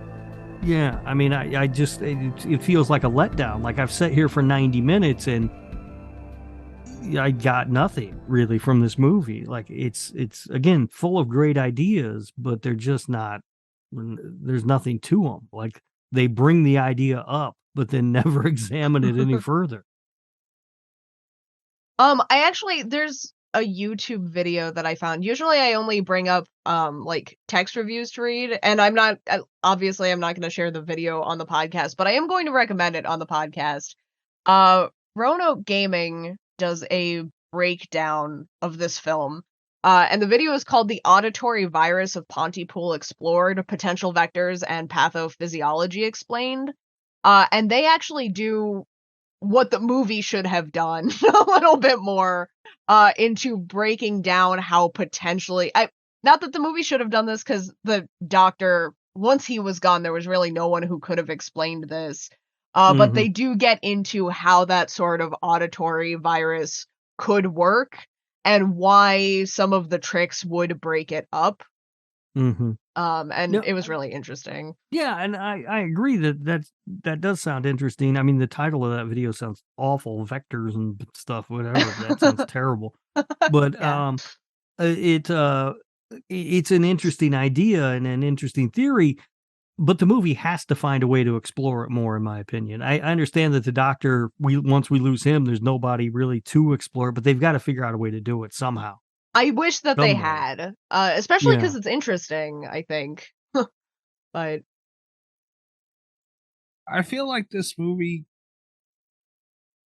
it was almost there. It's very close. Yeah. It's very close. The best part of this movie to me, the most interesting thing they did in this movie is when the doctor and Grant and Sid are in the studio and Laurel Ann is outside and she's banging her head on the window there. Mm-hmm. And Sid is on the phone with her kid and her kid makes her sing a Valentine's Day song, right? And so she's singing this Valentine's Day song and Laurel Ann is like smashing her head into the window. And it's a great scene that lasts about 3 seconds. Like, I feel like they should have stuck longer with that because it was really cool, but they cut it way too short. Yeah. Like she, like have her sing a longer song, something, because it's this really interesting thing that you've got going on and you just end it immediately. It is very frustrating. And the movie did that throughout. I felt like every time I was really close to getting into it, it would do something that completely just ruined it for me. See, normally I would agree with, and I can see your point with it, but I'm not too mad about it because it's not like they replaced it with boring shit. Nothing. I was never. You said you were checking time, but to me, I was never bored. Like, it was never anything where I was sitting there going, "Oh God, this scene is nothing." So, I mean, to me, it's like they didn't go everywhere, but I appreciate the short runtime. I really wouldn't have been mad if this was longer, and maybe they should have been. It should have been, because had they taken longer and taken time to explore the things that were interesting about it, it would have been a much better film. And also, did we need them to kiss? No, I did not need them to kiss. I don't understand why that was there. That was just dumb. Yeah. It fucked up the dynamic a little bit. Yeah, there was no indication that there was some sort of romantic relationship between them. And I actually appreciate that in movies. I love that so much in movies where they just don't need to do that. Yeah. And this one made it so close. Yeah. So, and then they have that kiss and it makes all of a sudden now the relationship's changed in a weird way. I don't know. This movie did not land for me. Whoa. At all. Towards the end of the movie, Grant is making that great speech. He's on the air and he's telling people you've got to not understand. And he's saying these things and it's a really great speech that he's making. And the score is just so intrusive in that moment. Like, you don't need the music there. Leave the music out so I can hear and focus on what he's saying without the music intruding. And I felt like it did that a lot too. I felt like the score was intrusive throughout the movie. And in a lot of spots, this film would have been better had it been left out. So I don't think it ever distracted me from those moments, but I do agree that there were a lot of moments that would have been better without the score. Especially toward the end with the countdown, I think. Just dead silence and the numbers counting down. Yeah, there were so many moments that I felt like the score was just intrusive and not needed for this movie. I'm looking up the budget, and IMDb has this listed 15,000. Dude, for what they put in front, you got to be able to forgive it. 15 grand, dude. I mean, they didn't have a lot of money, clearly, because they were in one place the entire movie and everything. And that's fine, but you still, your budget, if you don't have the budget, then don't get a score made that you don't need. You're right. That poor placement for that is, that's just bad judgment. But I'm saying everything else, if they couldn't expand on certain things, man, I didn't know they had a 14,000. I thought they, I didn't think they had huge money or nothing, but I thought they had more than 15,000. No, and if you have $15,000, you can still probably, the cost you pay for the script is the cost you pay for the script. Make it better. Yeah. I don't know, man. I'm giving them a pass now. I gave them a pass before because I didn't mind what they were switching gears to because it kept me entertained. But I'm definitely giving them a pass now. 15 grand. Yeah. Come on. Really? I will say for 15 grand, I think they did pretty good. They did phenomenal for 15 grand. It looks good. It does not Yeah. look like a $15,000 movie. I'll give it that. Production value, yeah. But some of the other stuff, I mean, to me, isn't budgetary restraints. You know, the score being intrusive isn't a budgetary restraint. The ideas not being explored isn't a budgetary constraint. It could have been. You know, no, you just put it in the movie. But it costs money to put it in the movie. Certain things. No, I mean, effects and stuff cost money. Yeah, the look of things cost money. The ideas don't cost money. Yeah. I don't know. I'm giving them a pass. I respect this movie a lot. I cannot believe, and not even for the other, like you guys have mentioned, the production value. This looked like a decently budgeted movie from a studio. Yeah. Yeah, it did. Fucking Canadians, man. Is that 15,000 American dollars? Because that's a lot more in Canada. I think it's 15,000 American, but I'm not 100% certain how IMDb does that. So that's like 2.7 million Canadian. Fucking Canada Canucks. Yeah, no, man, you're right and you're wrong to me. Yeah, I definitely see your points. The score I noticed too, and you're normally like you're not supposed. What do they say? You're not supposed to notice the score. If it's a good score, you should notice it. Right. At least not right away. Right. Not on a first viewing. Yeah, that's true too. Yeah. I don't know, man. I think but back to what I was saying earlier, me and Kat were talking about that zombie change. They did something different.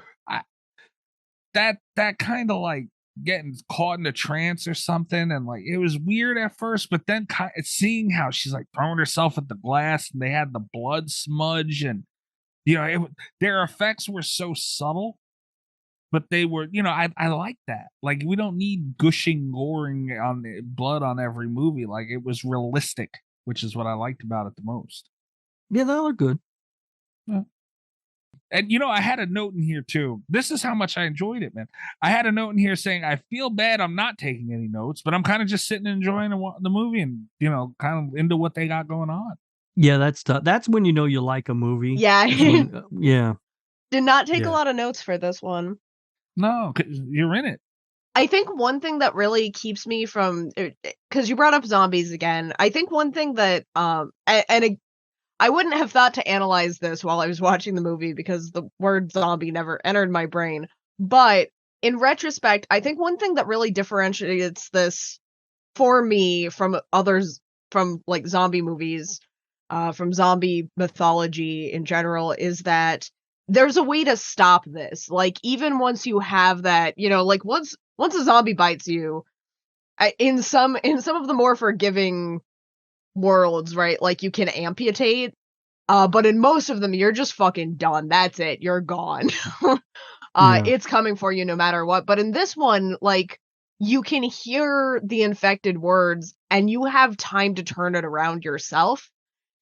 I don't know if that's more or less scary because it puts a lot of pressure on the characters, but at the same time, it's a more hopeful sort of outlook than.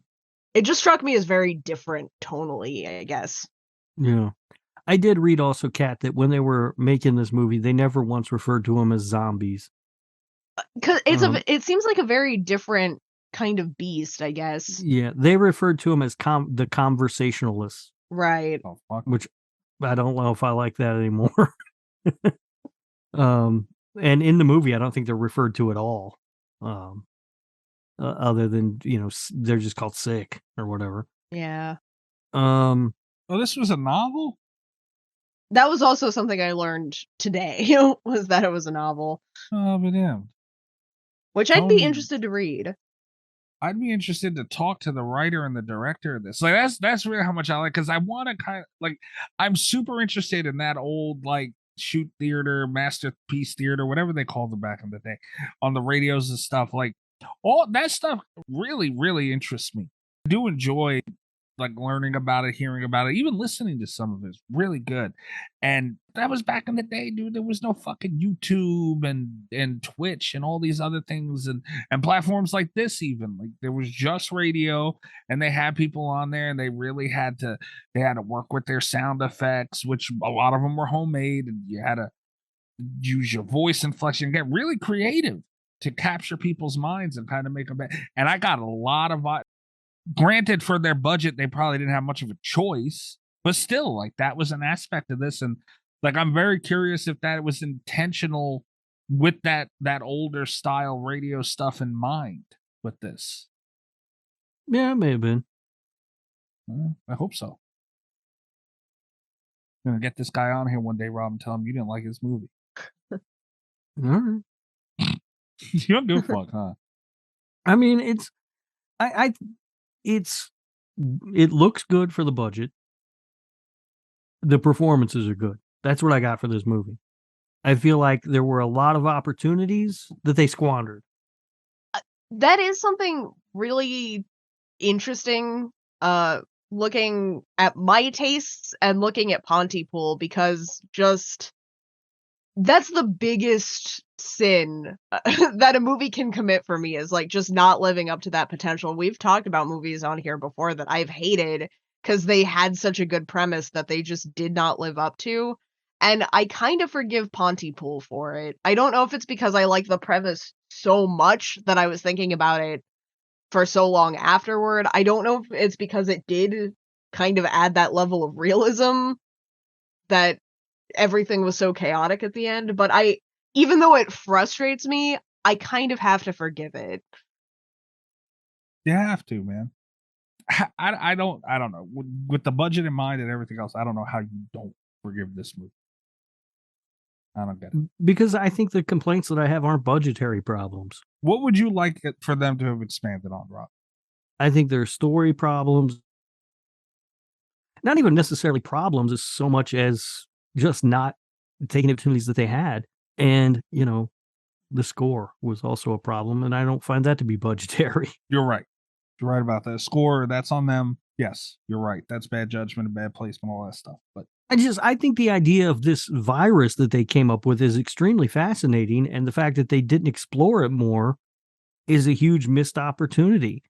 The idea that this guy works at a radio station, you know, how many people has he infected by just talking and doing his job? We never get into any of that sort of thing. You know, the backstory of the character, I would have liked a little more. I think that they glazed over a lot of stuff that would have made it a much more interesting movie. yeah, okay. I mean, but you gotta pay to go out and do that shit, man. Who knows if they were renting equipment and all this stuff? Like, who knows? Like, I don't that, but see but that's the other part, right? That's not my problem as a movie viewer. That's fair.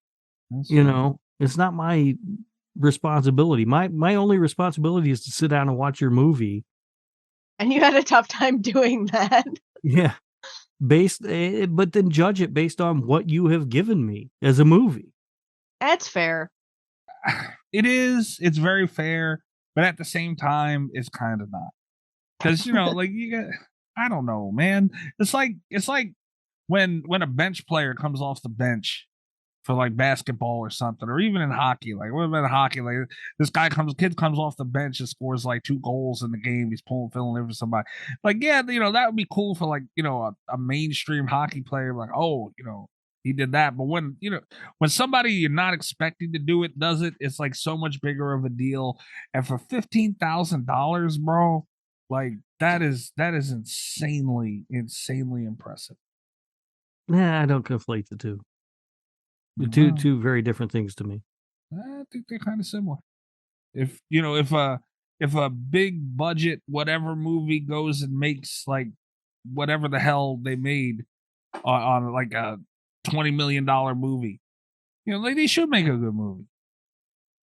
And they often don't. And when they don't, right. I call them on it. You're right. You are 1,000,000% right. But these some bitches with 15 grand did something, man. They did something. They had to have rented equipment. I mean, those are high caliber cameras. I was looking to see what else the director did. He hasn't done anything I've ever heard of. He's going to be doing this show eventually. A bunch of TV stuff.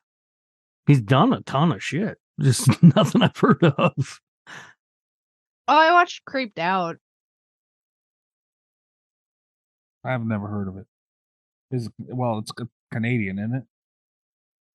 Yeah. Probably. It was a Netflix original. I mean, it was like a family friendly. I watched it with my cousins. So it wasn't like a serious horror experience. Yeah, he did a couple episodes of My Babysitter's a Vampire. The fuck? All right. Yeah. I don't know most of this stuff. I don't know any of this stuff actually, other than Pontypool. I mean, they had the money to hire good actors. Yeah, money or resource. I don't know. They might just, be a little group. Yeah. Yeah. I don't know, man. Jinx, I'm very upset with Jinx. Very upset with Jinx.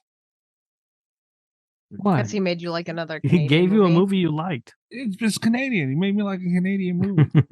My favorite part isn't that he made you like a Canadian movie, but that was his intention. Well, yeah, his full-on intention was to make me watch a Canadian. I'm assuming that he thought you were going to like it. Maybe not. I hope so. And this isn't the only Canadian movie you like. You like My Bloody Valentine. Yeah, no. You like Black Christmas. I pretend that they're not Canadian movies. It makes it easier for me. This one's going to be awful hard to pretend it's not Canadian because this one's pretty Canadian. Yeah, this they one came takes right place out. in Pontypool. Yeah. Although, I don't know. My Bloody Valentine's a pretty damn Canadian movie. I didn't notice. I don't know how you didn't notice. I didn't notice. Maybe I suppressed it. Like subconsciously. Yeah. Yeah, but they came right out and said Canada a bunch of times and made me sick. Yeah. Well, I don't know. Like I said, I watched this. This is the second time I watched this movie. The first time I did like it. The second rewatch, I don't know. It doesn't work for me. That's a shame. Yeah. No. I'm not like Mikey. I'm not ashamed of you. I think it is kind of sad because I'm ashamed of you. And it's sad. Both. It just doesn't. It's just sad when that happens, It has a lot of potential. It just doesn't reach it. I mean, sorry, that's just how it is. I don't think I have many more notes for this, man. The effects were simplistic. Yeah, I really didn't. I really just kind of sat in this one. This is my second watch, kind of, because I tried to watch it last night before I went to bed and I fell asleep. Are you guys ready for some ratings and reviews then? Yeah, let's do that. Rotten Tomatoes has an audience score of 68%, but a critic score of 84%. This is one of the larger differences that we've seen. Yeah. Not so different on IMDb. It has a rating of 6.5. So IMDb did not appreciate Pontypool very much. Which again is very interesting because once again, the written reviews do not seem to reflect the ratings. A lot of the reviews gave it 10 out of 10, 9 out of 10, very highly rated. I don't know where all of those low scores came from, but I have a good review. And this was actually the first one that I read that had the allusion to zombies, which is where I went down that rabbit hole. But this is from IMDb user McQuaalude. Gotta love these IMDb names. Yeah, I like that. Wow, Quaaludes. And it was 8 out of 10. I took an 8 out of 10 instead of a 10 out of 10 because I thought this was a very interesting, insightful, short review of the movie. The really scary part is how many Pontypool zombies are already among us. I really hate to give anything away, but many people seem to be missing the obvious, that words hold power. They are infectious and can lead to unintended consequences. Stephen McHattie steals the show as the cowboy hat-wearing radio talk show host Grant Mazzy. Mazzy was recently fired from his real gig and is now the morning show in the small town of Pontypool.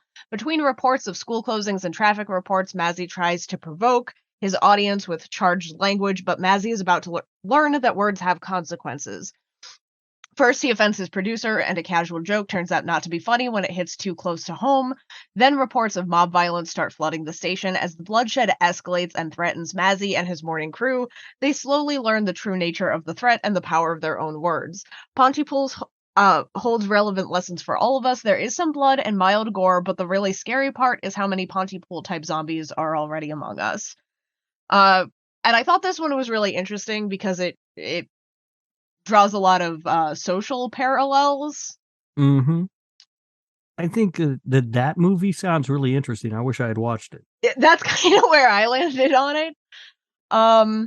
Because you can kind of see the ghost of all those things there. Like, he's being very insensitive and his words hold power, and then they literally do end up holding power. But that was not something that I picked up watching the movie on my own. Right. Yeah, it's very much like the LaCroix of that review, right? Like it's you sort of taste it, but not really. Yeah. But it's interesting. I thought it was very interesting. I thought it was a very insightful way to look at Pontypool. On the exact opposite side of that spectrum, I have a review from Michael Thompson McGill. One out of That's even worse than the Quaalude dude. Who the hell does this guy think he is? This is 1 out of 10 stars, entitled "What Was This All About?" with like 22 question marks. This film had some rave reviews, but why? I truly wanted to like this movie, but I could not find a thing in it worth liking. I found it a chore to stay with, and although I waited to see how it ended, I honestly could not wait for the end. This film is like watching paint dry. I admit I normally don't watch this type of film. I just thought I would watch something different in the run-up to Christmas. A guy what the fuck? A guy on a local radio station being made to realize that something is happening out on the streets, and this was it. This was one big boring waste of time as far as I am concerned. And that has both my favorite reason ever for watching a movie, as well as my favorite summary of Pontypool. A guy in a local radio station being made to realize that something is happening out on the streets for Christmas. Yeah, even I didn't dislike this movie that much. Jesus. Yeah, he did not like this one. He's got a stupid name. I don't care what he says. I did take one final review of Pontypool. And I'm not going to sugarcoat this. I took this one just to really irritate Mikey. Oh, thanks, Kat. We haven't had that enough in this show. We appreciate it. No. This is from RPS-2. It is also a 1 out of 10 star rating on Pontypool. It's the only other 1 out of 10 star review that I found. And it's titled, "We Are Good at So Many Things." The review goes, "We produce good wine. Canadian rye whiskey is world famous. Our beer is excellent. There is the Canada Arm in space. We invented the paint roller, the rotary snowplow, and the Robertson screwdriver. We do a splendid job of peacekeeping. We have produced some excellent writers. Canadian banks are being praised for responsible behavior. We discovered insulin. Canada captured Vimy Ridge in World War I and liberated Holland in World War II. We gave the world Glenn Gould. The Stratford Festival is world famous. The Canadian National Ballet is among the top 5 companies in the world. What? We built the world's first jet passenger plane. We spawned Ben Heppner, John Vickers, Maureen Forrester, and Teresa Stratus, as well as Lauren Green, William Shatner, and James Cameron. I guess it would be too much to ask that we also be able to produce decent movies." Okay. And that's the review in its entirety. I thought you, Mikey, really needed to hear that one. A couple things there. First of all, I'm gonna look up this Canada Arm thing. Apparently, officially shuttle remote manipulated system, a series of robotic arms that were used on the space shuttle orbiters to deploy. Oh, so it's just a fucking part of the spaceship. I was gonna say Canada ain't putting on space. They don't have money for that. Man, They built a robotic arm to just ship up to space. right, stupid. Okay, if you have to tell everybody the shit that you did, nobody cares. Dude, they invented the paint roller. Where would we be without that? They're just someone making here a would have made good it. point. No, they're not. If you have Yeah. to tell everybody what you did, apparently, like Michael Jordan doesn't go around saying, "Hey, I got this many." That no, we know. That's why we want to talk about it. And you know, he didn't mention Justin Bieber. You're responsible for him too. You know. The only thing that would have been better about that review is if at the end it had just said gabagool. You might as well. It made me sick listening to that. Fuck Canada. Seriously, I can't stand it. So, like, Canada is the only country that runs around screaming they don't suck. It's like you do. You do indeed suck. You do. You suck. Ben Hefner. I have a few facts about this movie, not a lot. We talked about the budget, made an estimated $15,000 budget, worldwide gross of $32,118. That's a shame. The film stars Stephen McHattie and Lisa. I'm going to guess her name is Howell, but I'm not 100% certain on how to pronounce it. And they are married in real life. At approximately 36 minutes into the movie, the character Ken reports on a group of infected taking two people from a van and biting them. The sounds of the victim screaming is partially taken from the famous chest bursting scene in the film Alien. You can even hear the distinct hissing sound if you listen closely. That's interesting. In May 2009, a sequel tentatively titled Pontypool Changes was confirmed to be in development, with McDonald returning as director. In July 2012, a teaser poster for the film was released at the Fantasia Film Festival with an intended release date of 2013.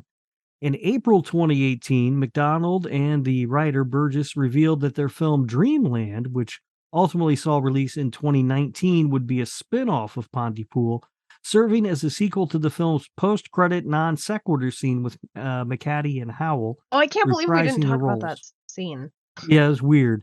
Burgess additionally confirmed that Pontypool Changes, also known as Typo-Chan, would follow the English language virus passing into the written word and also feature McHattie and Howell reprising their roles. Huh. I don't know if that ever came out. I don't know anything about it. Yeah, did you guys watch the scene? I did. The post-credit scene? I'm gonna level with you. I really hated it at first. I was like, okay. It grew on me? What the fuck was that? But all right. A little bit. But initially my thought was anger. Because I really like how it ended with the countdown. That was one of my favorite aspects of the movie, and then just they cut to those two. But again, there is that sort of like theme about not understanding everything.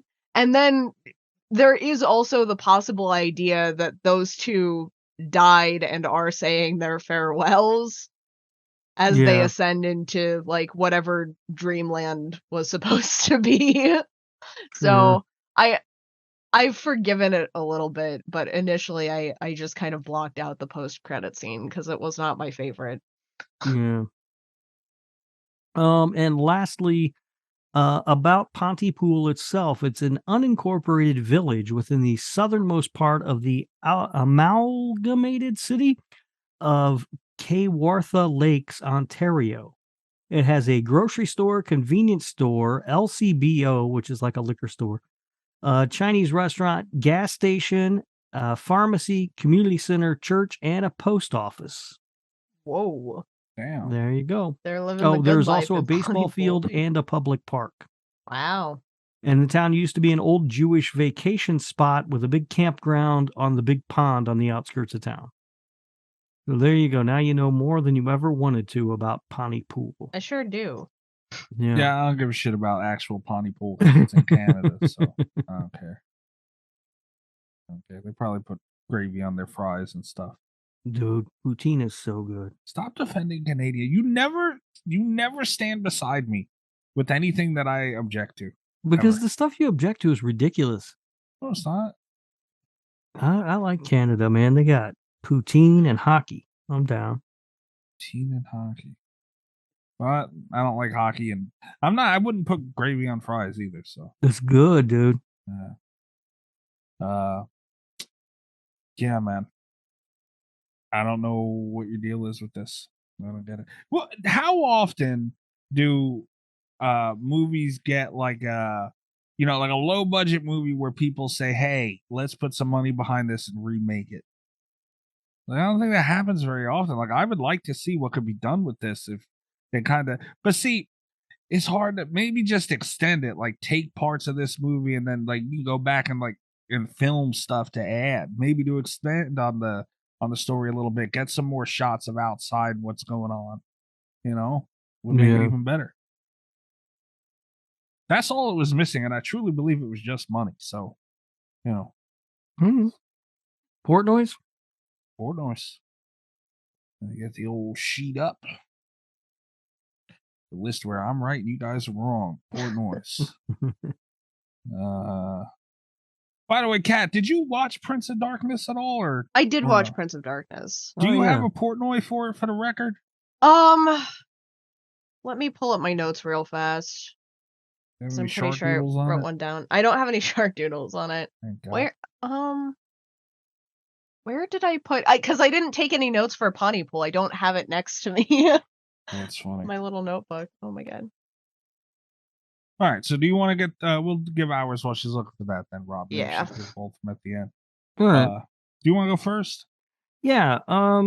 So Pontypool, full of interesting ideas that are not realized or explored nearly enough. Interesting characters that I would say the same about. I give it a 4.3. Oh, come on, man. Really? Yep. And you're fine with, you can sleep with that. Like a baby. Okay. I'm still thinking, man, this is a hard one. I don't want to overreact. Pontypool 2008. You know what? I'm not going to put my Canada kind of swerve on it on the score. Usually I penalize things for being Canadian. I won't do that here. Pontypool, I feel like it had really interesting ideas, and I feel like they couldn't afford to expand on some of them. And which is exactly what I said. No, you said they didn't. I'm sure they would have. It's the same thing. It's the same thing, right? It's the same end result. Yes, they didn't. No, they didn't.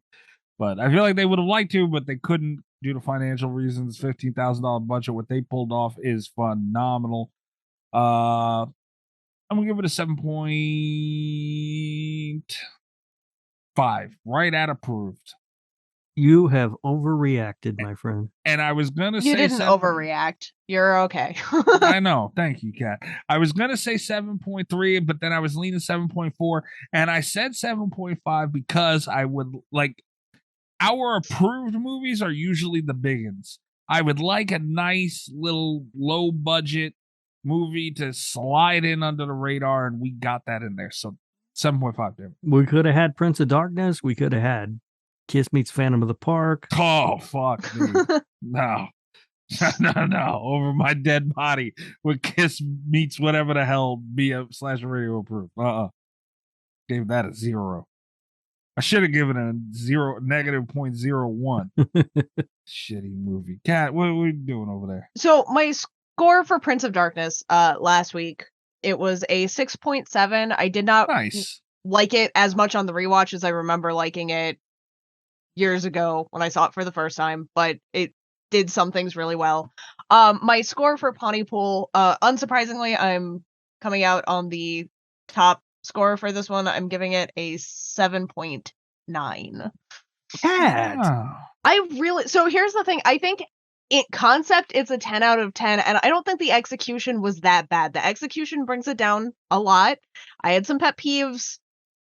It's uneven, but none of it bothered me enough. It's not a good movie. I really like it. You said 7.9, Kat? 7.9. Nice. Okay. Not enough to make it slasher radio approved because you gave it something dumb. You gave it like a 4.3. Yeah. I give it a 4.3, which it deserves. No, that's it just fucked up, man. no. It has potential, but it doesn't reach it. It's not even close to reaching it. So I understand the argument because I've made that argument so many times, but I can't be that mad at Pontypool for. I can't be that mad at it. I Fine, think you guys anything that was a pet peeve made it more realistic. go down in history as being wrong. That's fine. Man, I'm standing up for a Canadian movie. This is a sad day in hell right here. Damn, you know, Rob, if you were to do the right thing and at least give this a 7, bare minimum would be slash radio proof. This movie is nowhere near a 7. Not according to two of us. It's not even close to a 7. This movie doesn't even sniff a 5. You don't even sniff a fart, man. Damn, like there's always someone to fuck up a movie, a score, man. Always at least one. Whenever we're sure of it, I thought everybody was gonna like this one. I will say I am surprised because I thought Rob was going. I had a feeling I was going to like this one the most, but I thought Rob was going to like it more than you, Mikey. I thought you were going to be irritated, about the. Almost the opposite of the problem Rob actually had. I thought you were going to feel like it took too long to get into the ending because they do feel like two different movies. Yeah, they do. I thought it was going to be like another audition situation. But this was good, Greg. The audition was bad. It was boring. It was terrible. I had to read everything. God I damn. believe I liked Audition better than this movie. You did. You did. You had to have. Yeah. You had to have. I don't know. I got a control find. Audition. You gave it a 4.7. Yeah. Oh, they're Not by closer than much. I thought. Yeah, they're close. I gave that a Close. 3.2. Audition's biggest problem was how uneven it was. It was boring. And also the fact that they set up a whole audition to get this guy a woman, like they couldn't try speed dating first or something. Do they have speed dating in Japan? I don't know. I don't know either. I don't know. But you really should be ashamed of yourself, man. This movie was like the little Canadian engine that could, dude, and it fucking did it. It couldn't. That's the problem. It couldn't get up that hill. It just Shame on rolled you. right back down to the bottom. It tried. It tried with all its might, but it doesn't have the steam to make it over that hill, man. 15 grand. Doesn't matter to me. 15 grand. It does not matter to me. All I care about is what is on the screen in front of me. You're full of crap. I'm sure if I wasn't drunk right now, I could probably think of several movies where you tried to defend it because, oh, look at the budget and what they did. No, I don't do that, man. Yeah, it's You fucked do up. that. You I do that with Paranormal Activity. You're always like, oh, they didn't have a budget. I'm like, yeah, they didn't have a story either. Okay, be that as we're not talking. Leave Paranormal Activity alone. We're not talking about Paranormal Activity. Throw shots at it for nothing. Didn't do anything. That's the complaint, I think. It's exactly the complaint. Like, oh, I think that moved.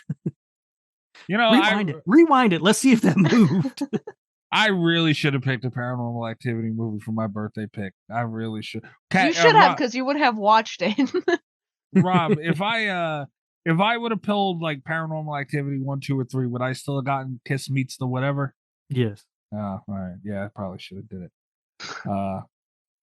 Yeah, man, that's fucked up. I don't know how you could not take budget into consideration. Because it doesn't.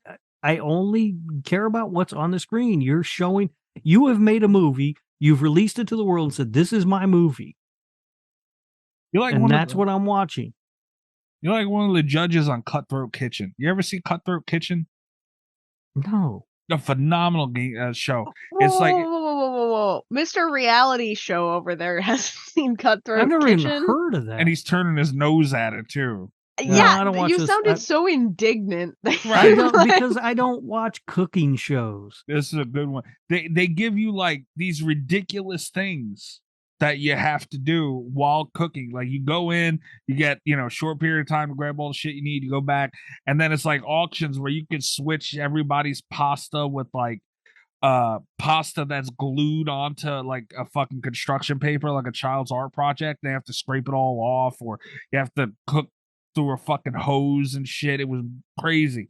And at the end, the judge would come out and he doesn't want to hear shit about what you had to go through. He just wants to see what you made and eat it and judge it. They don't give a fuck. about what you had. Hell, you had to go. Some people had to cook fucking full-blown meals through a hose, dude. All right, fine. I'm with it, man. That's the final product is the only thing that I have to judge. That's fucked up. Nothing else matters. I always looked at those poor people and that judge, and he was a dick, and it's like, oh, this is overcooked. It's like, man, he had to do it in like, a thimble or whatever the hell. It's like, you don't know what this man had to go through to produce. Kat, you like Cutthroat Kitchen? Yeah, it's not my favorite cooking show because it doesn't have I rate my cooking shows based off of how much Gordon Ramsay is there, but Oh god, I've seen it. I never even heard of it. I don't watch much of those cooking shows though, because like at the end they judge the food, but I don't get to taste the food, so I don't know what it tastes like. So it's hard for me to judge it. Yeah, I know it looks good though. It makes me hungry when I see it. Yeah, that's the thing about because for a while I was watching like the baking shows, but then it's like I'm sitting on my couch eating like chips. It's like, man, Yeah. no one ever bakes me a cake. Yeah, I hate that shit. You're sitting there watching stuff and you're like, oh my God, that looks good. And you're drooling. And next thing you know, you're hungry. And all you got is like a You've box got like of an Kraft old Kit macaroni. Kat bar in the fridge. Well, shit, this isn't chicken cordon bleu. No. Yeah. Anyway, Cutthroat Kitchen was amazing and I miss it. But this movie was good. And Rob, you seriously, like I say, you should be ashamed of yourself with some of your 4.3. That's bad, dude. That's what it gets. It's got a 4.3, and it has to live with that. I want you to sit and think about what you did when we get off here. You also have to live with that, Rob. Yeah. It's not good, and the people who made it should not feel good. That's fucked up, man. That was harsh. But, you know, I mean, all I can do is judge the movie, and that's what I thought of the movie.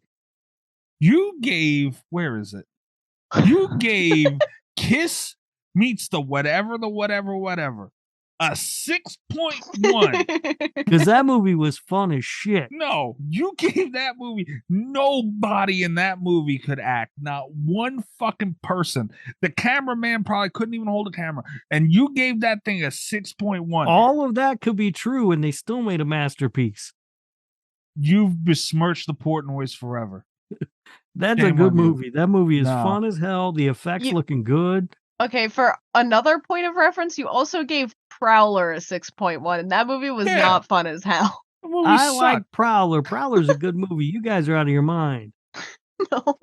And this is a 4.3. You should be ashamed of yourself. Seriously. That's 4.3. 4.3. I had to stop and check the time at least 3 times in this movie. Unbelievable. I feel like we should horror record him just for this. Like, just fuck. Hold on. Budget.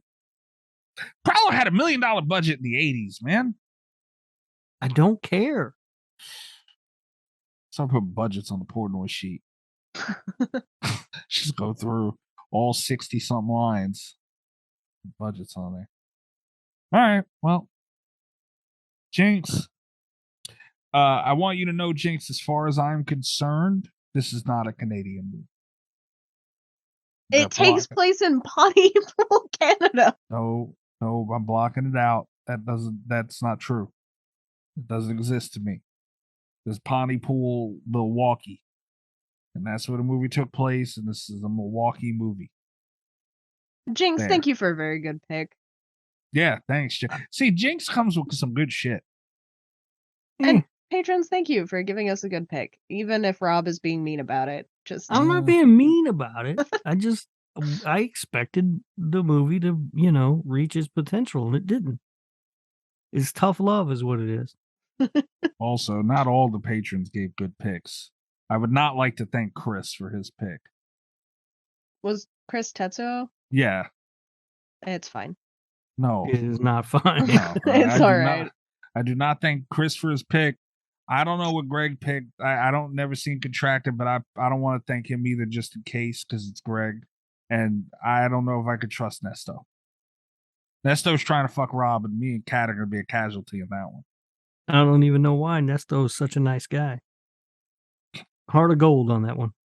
I think if you really want to get under Rob's skin, apparently he really hated Tetsuo. We missed the opportunity. I don't want to watch it either. It's Dude, you'll be Tetsuo, fine. seriously, that movie doesn't sniff a 4. Apparently, this one barely does too. See, you're putting this on the level of that. Come on now, man. What? Mm-mm. What? You're putting this on the same level as fucking, it doesn't sniff a 4. This one barely sniffed a 4. Pontypool. This one got a 4, 4.3. Barely. That ain't bad. 4.3. Come on. It's not good. That's a solid 4. It's 0.7 below average, and I feel like that's a little bit. I feel like that's harsh.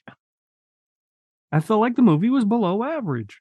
The fact that this didn't get a minimum of a 5 is like, it's a below average film. Me and Kat, like, the show should be ending right now. We're just like sitting here. We can't fucking believe you. I know you guys are badgering me about the Portnoy. You're not going to change my mind. The movie is what the movie is. I watched it. Like, we're sitting here like just in shock and staring at you like you should be ashamed of yourself. You don't care. The funny thing is, all the complaints I had, Kat agreed with, and then gave it some ridiculous score. Because I didn't give it a ridiculous score. I don't think I gave it 0.4 higher than Mikey. Right, and Mikey gave it a ridiculous score.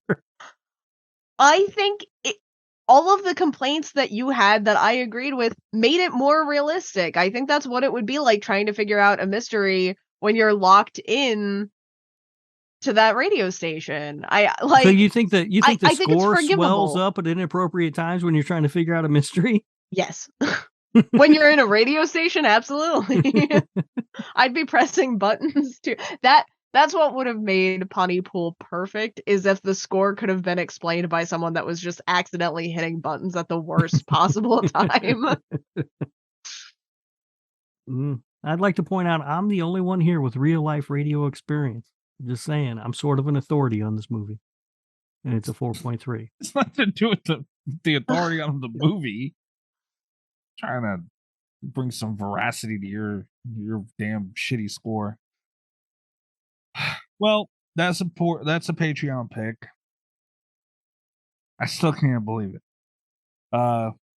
If you would like to we're kind of on a roll on Patreon. We had Miki that joined recently. We had Nick that joined recently. Guys, if you like what you hear and all that stuff, there's extra content on Patreon, Easter egg content, behind the scenes stuff every week. An extra show. We played Horror Jeopardy this week. We did. Yeah, it came with a visual. So you'll be able to watch along, listen along. It was a lot of fun. Might be a mainstay. I spent $5 on it, so I gotta get at least $5 worth of Horror Jeopardy. What else? What'd you get today? About 37 cents? I don't even know. You won, so I can't. I gotta bleep that. Can't give it. Oh no, that'll be out already. So yeah. Mm-hmm. And Kat won. I won. Oh yeah, that's right. You won at the end. Yeah. I just won overall. Rob just always thinks he wins. She won the game, but I just won the whole show overall. Yeah, that was a surprise twist to the end of Horror Jeopardy too. So yeah, a drunken comeback. Drunken comeback. That's why she gave it a crazy score. She's drunk as hell. I wrote down my Portnoy that was the only note that I took. We also have unboxing videos. I have an unboxing video that's going to be out by the time this is out. Did you put my newest one up? Yeah, I was just going to say, Rob, I'm kind of stretching them out by every week. So there's one new one every week. So mine will be out this week. Yours will be out next week. All right. So mine got a giveaway going with it. Mine too. Okay. Mine too. Right. So then that's another thing. Yeah, giveaways. Only way to be eligible is be a member of the Patreon. So make sure you head over to patreon.com/radio. At least check it out. Bare minimum. Just check it out. It's free to do that.